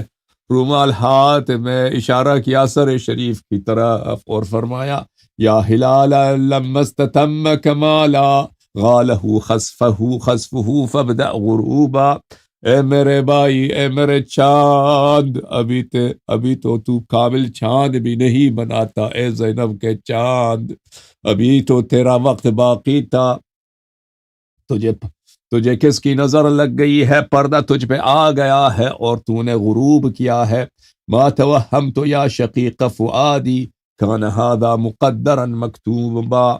اے زینب کے دل کے پیارے، اے میرے بھائی، میرے خیال میں بھی یہ نہیں تھا، میرے توہم میں بھی یہ نہیں تھا کہ زینب یہ دن بھی دیکھے گی، اللہ کے تقدیر میں یہ بھی لکھا ہے یا اخی فاطم الصغیرۃ کلمھا فقد کاد قلبھا ان یذوبا، اے میرے بھائی، آپ کی چھوٹی بیٹی حضرت فاطمہ یہاں پہ ہیں، وہ بہت چھوٹی ہیں، بہت پیاری ہیں، بہت شیرین زباں ہیں، درد سے غم سے ابھی تو ان کی جان نکل رہی ہے۔ اے میرے بھائی، ذرا اپنے چھوٹی بیٹی سے بات کیجئے۔ یا اخی قلبك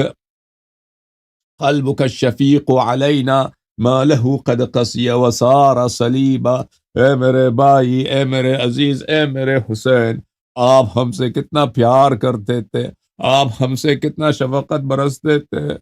مالک قد قسی وصار صلیبا، کیا ہوا ہے آج زینب آپ کو پکار رہی ہے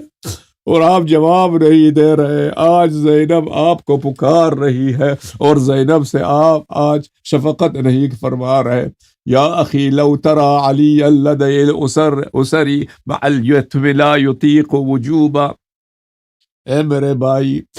اے زینب کے سردار، اے زینب کے سالار، یا حسین، اپنے بیٹے علی علیہ السلام کی طرف دیکھ لے،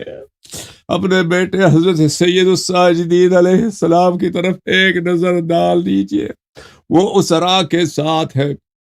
ایتام کے ساتھ ہیں، ایتام ان سے کچھ پوچھ رہے ہیں لیکن ان میں جواب دینے کی طاقت نہیں ہے، ان کے پاس ان کے لیے کوئی جواب نہیں ہے۔ کلما اوجعوه بالضرب ناداک بذل یغیظ دمعا سکوبا۔ ہر دفعہ ظالم آتے ہیں اور ان کو تازیانے مارتے ہیں۔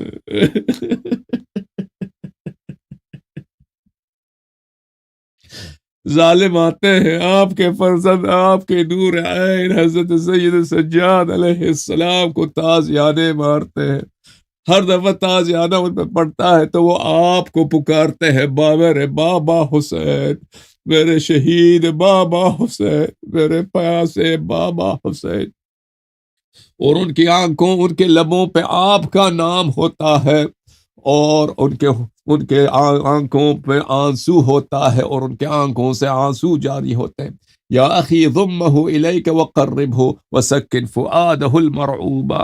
اے میرے بھائی، اپنے فرزند سید سجاد علیہ السلام کو ذرا گلے تو لگا دے، ان کو اپنے پاس لے اپنے ان سے ذرا گلا لگا دے، ان کو اپنے آغوش میں لے لے۔ وسکن فؤادہ المرعوبا۔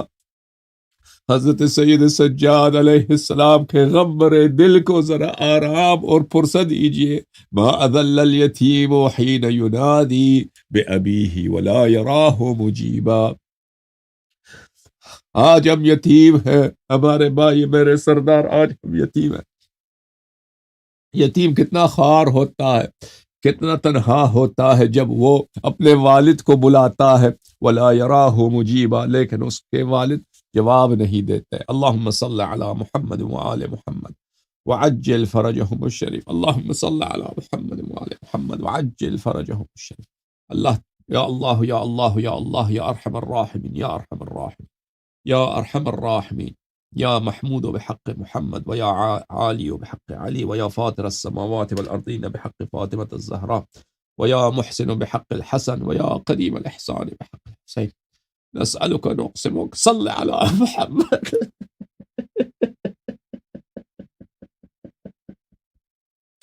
وآل محمد وعجل لوليك الفرج۔ اللهم عجل لوليك الفرج، اللهم عجل لوليك الفرج، اللهم عجل لوليك الفرج، اللهم عجل لوليك الفرج، اللهم صل على محمد وآل محمد وعجل فرجه۔ اور الہ پروردگار اپنے فرج کے اپنے حجت کے فرج میں تعجیل فرما، ان کو اذن خروج عنایت فرما، ان کو اذن قیام عنایت فرما، ان کو اذن انتقام عنایت فرما۔ پروردگارا، تیرے جو مقرب ملائکہ ہیں، تیرے جو آسمانی لشکر ہے، ان سب کو ہمارے مولا کے تائید کے لیے، ہمارے مولا کی نصرت کے لیے بھیج دے۔ یا اللہ، دنیا میں جتنے اچھے لوگ ہیں، دنیا میں جتنے حلال ذاتے ہیں، دنیا میں تیرے علم میں جتنے شریف لوگ ہیں، ان کو ہمارے مولا علیہ الصلاۃ والسلام کی امامت سے، ان کے فضائل سے ان کو آشنا فرما، اور ان کو میرے مولا کے فوج میں داخل فرما، اور ان کو میرے مولا کے مقر اور مؤمن بنا دے۔ یا اللہ، تجھے واسطہ ہے محمد و آل محمد علیہ السلام کا کہ حضرت زینب سلام اللہ علیہا کی مظلومیت اور ان کے اسیری کے منتقم کو اذن انتقام عنایت فرما۔ یا اللہ تجھے واسطہ ہے محمد و آل محمد علیہ السلام کا، تجھے واسطہ ہے حضرت زین العابدین علیہ السلام کا کہ ہمارے مولا حضرت زین العابدین سید الساجدین علیہ السلام کی مظلومیت کے منتقم کو اذن انتقام عنایت فرما، ان کو اذن خروج عنایت فرما، پروردگارہ ان کے لشکر میں اضافہ فرما، ان کے دشمنوں اور منکرین کے منہ کو کالا فرما، ان کی کمر کو توڑ دے، پروردگارہ ہمارے امام علیہ الصلاۃ والسلام کے منکرین کے عدد کو کم فرما، ان کے جمع کو متفرق فرما، اور ان پر وہ ظالم ان پر مسلط فرما جو ان پہ کبھی رحم نہ کرے۔ پروردگارہ ہمیں آل محمد علیہ الصلاۃ والسلام کی خدمت کرنے کی اور ان سے مودت کرنے کی اور ان کی نصرت کرنے کی توفیق عنایت فرما، ہماری گناہوں کو بخش دے، ہمارے اموات کے گناہوں کی مغفرت فرما، ہمارے بچوں کے گناہوں کی مغفرت فرما، ہمیں پروردگارہ شفاعت امام حسین علیہ السلام، شفاعت حضرت زینب سلام اللہ علیہ، شفاعت حضرت ام کلثوم سلام اللہ علیہ، شفاعت حضرت امام زین العابدین علیہ السلام، شفاعت رسول اللہ صلی اللہ علیہ وآلہ، شفاعت امیر المؤمنین علیہ السلام، شفاعت امام حسن، شفاعت حضرت زہرا سلام اللہ علیہ اجمعین نصیب فرما، ہمارے اموات کو اپنے حبیب اور امام حسین علیہ السلام کی شفاعت سے محروم نہ فرما، ہمارے بچوں کو اہل بیت طاہرین علیہ السلام کی شفاعت نصیب فرما، اللہم صلی علی محمد وآل محمد۔ پروردگار ہمارا حوائج برآورد بخیر فرما، جن لوگوں نے دعا کے لیے ہاتھ بلند کیے ہیں ان کے حوائج برآورد بخیر فرما، اور پروردگارہ جن لوگوں نے ہماری سپورٹ کی ہے ان کے حوائج برآورد بخیر فرما، ان کے اموات کو بخش دے، ان کے مریضوں کو شفا عنایت فرما، اللہم صلی علی محمد وآل محمد۔ آپ سب کا بہت شکریہ، خدا حافظ، خدا حافظ یا علی۔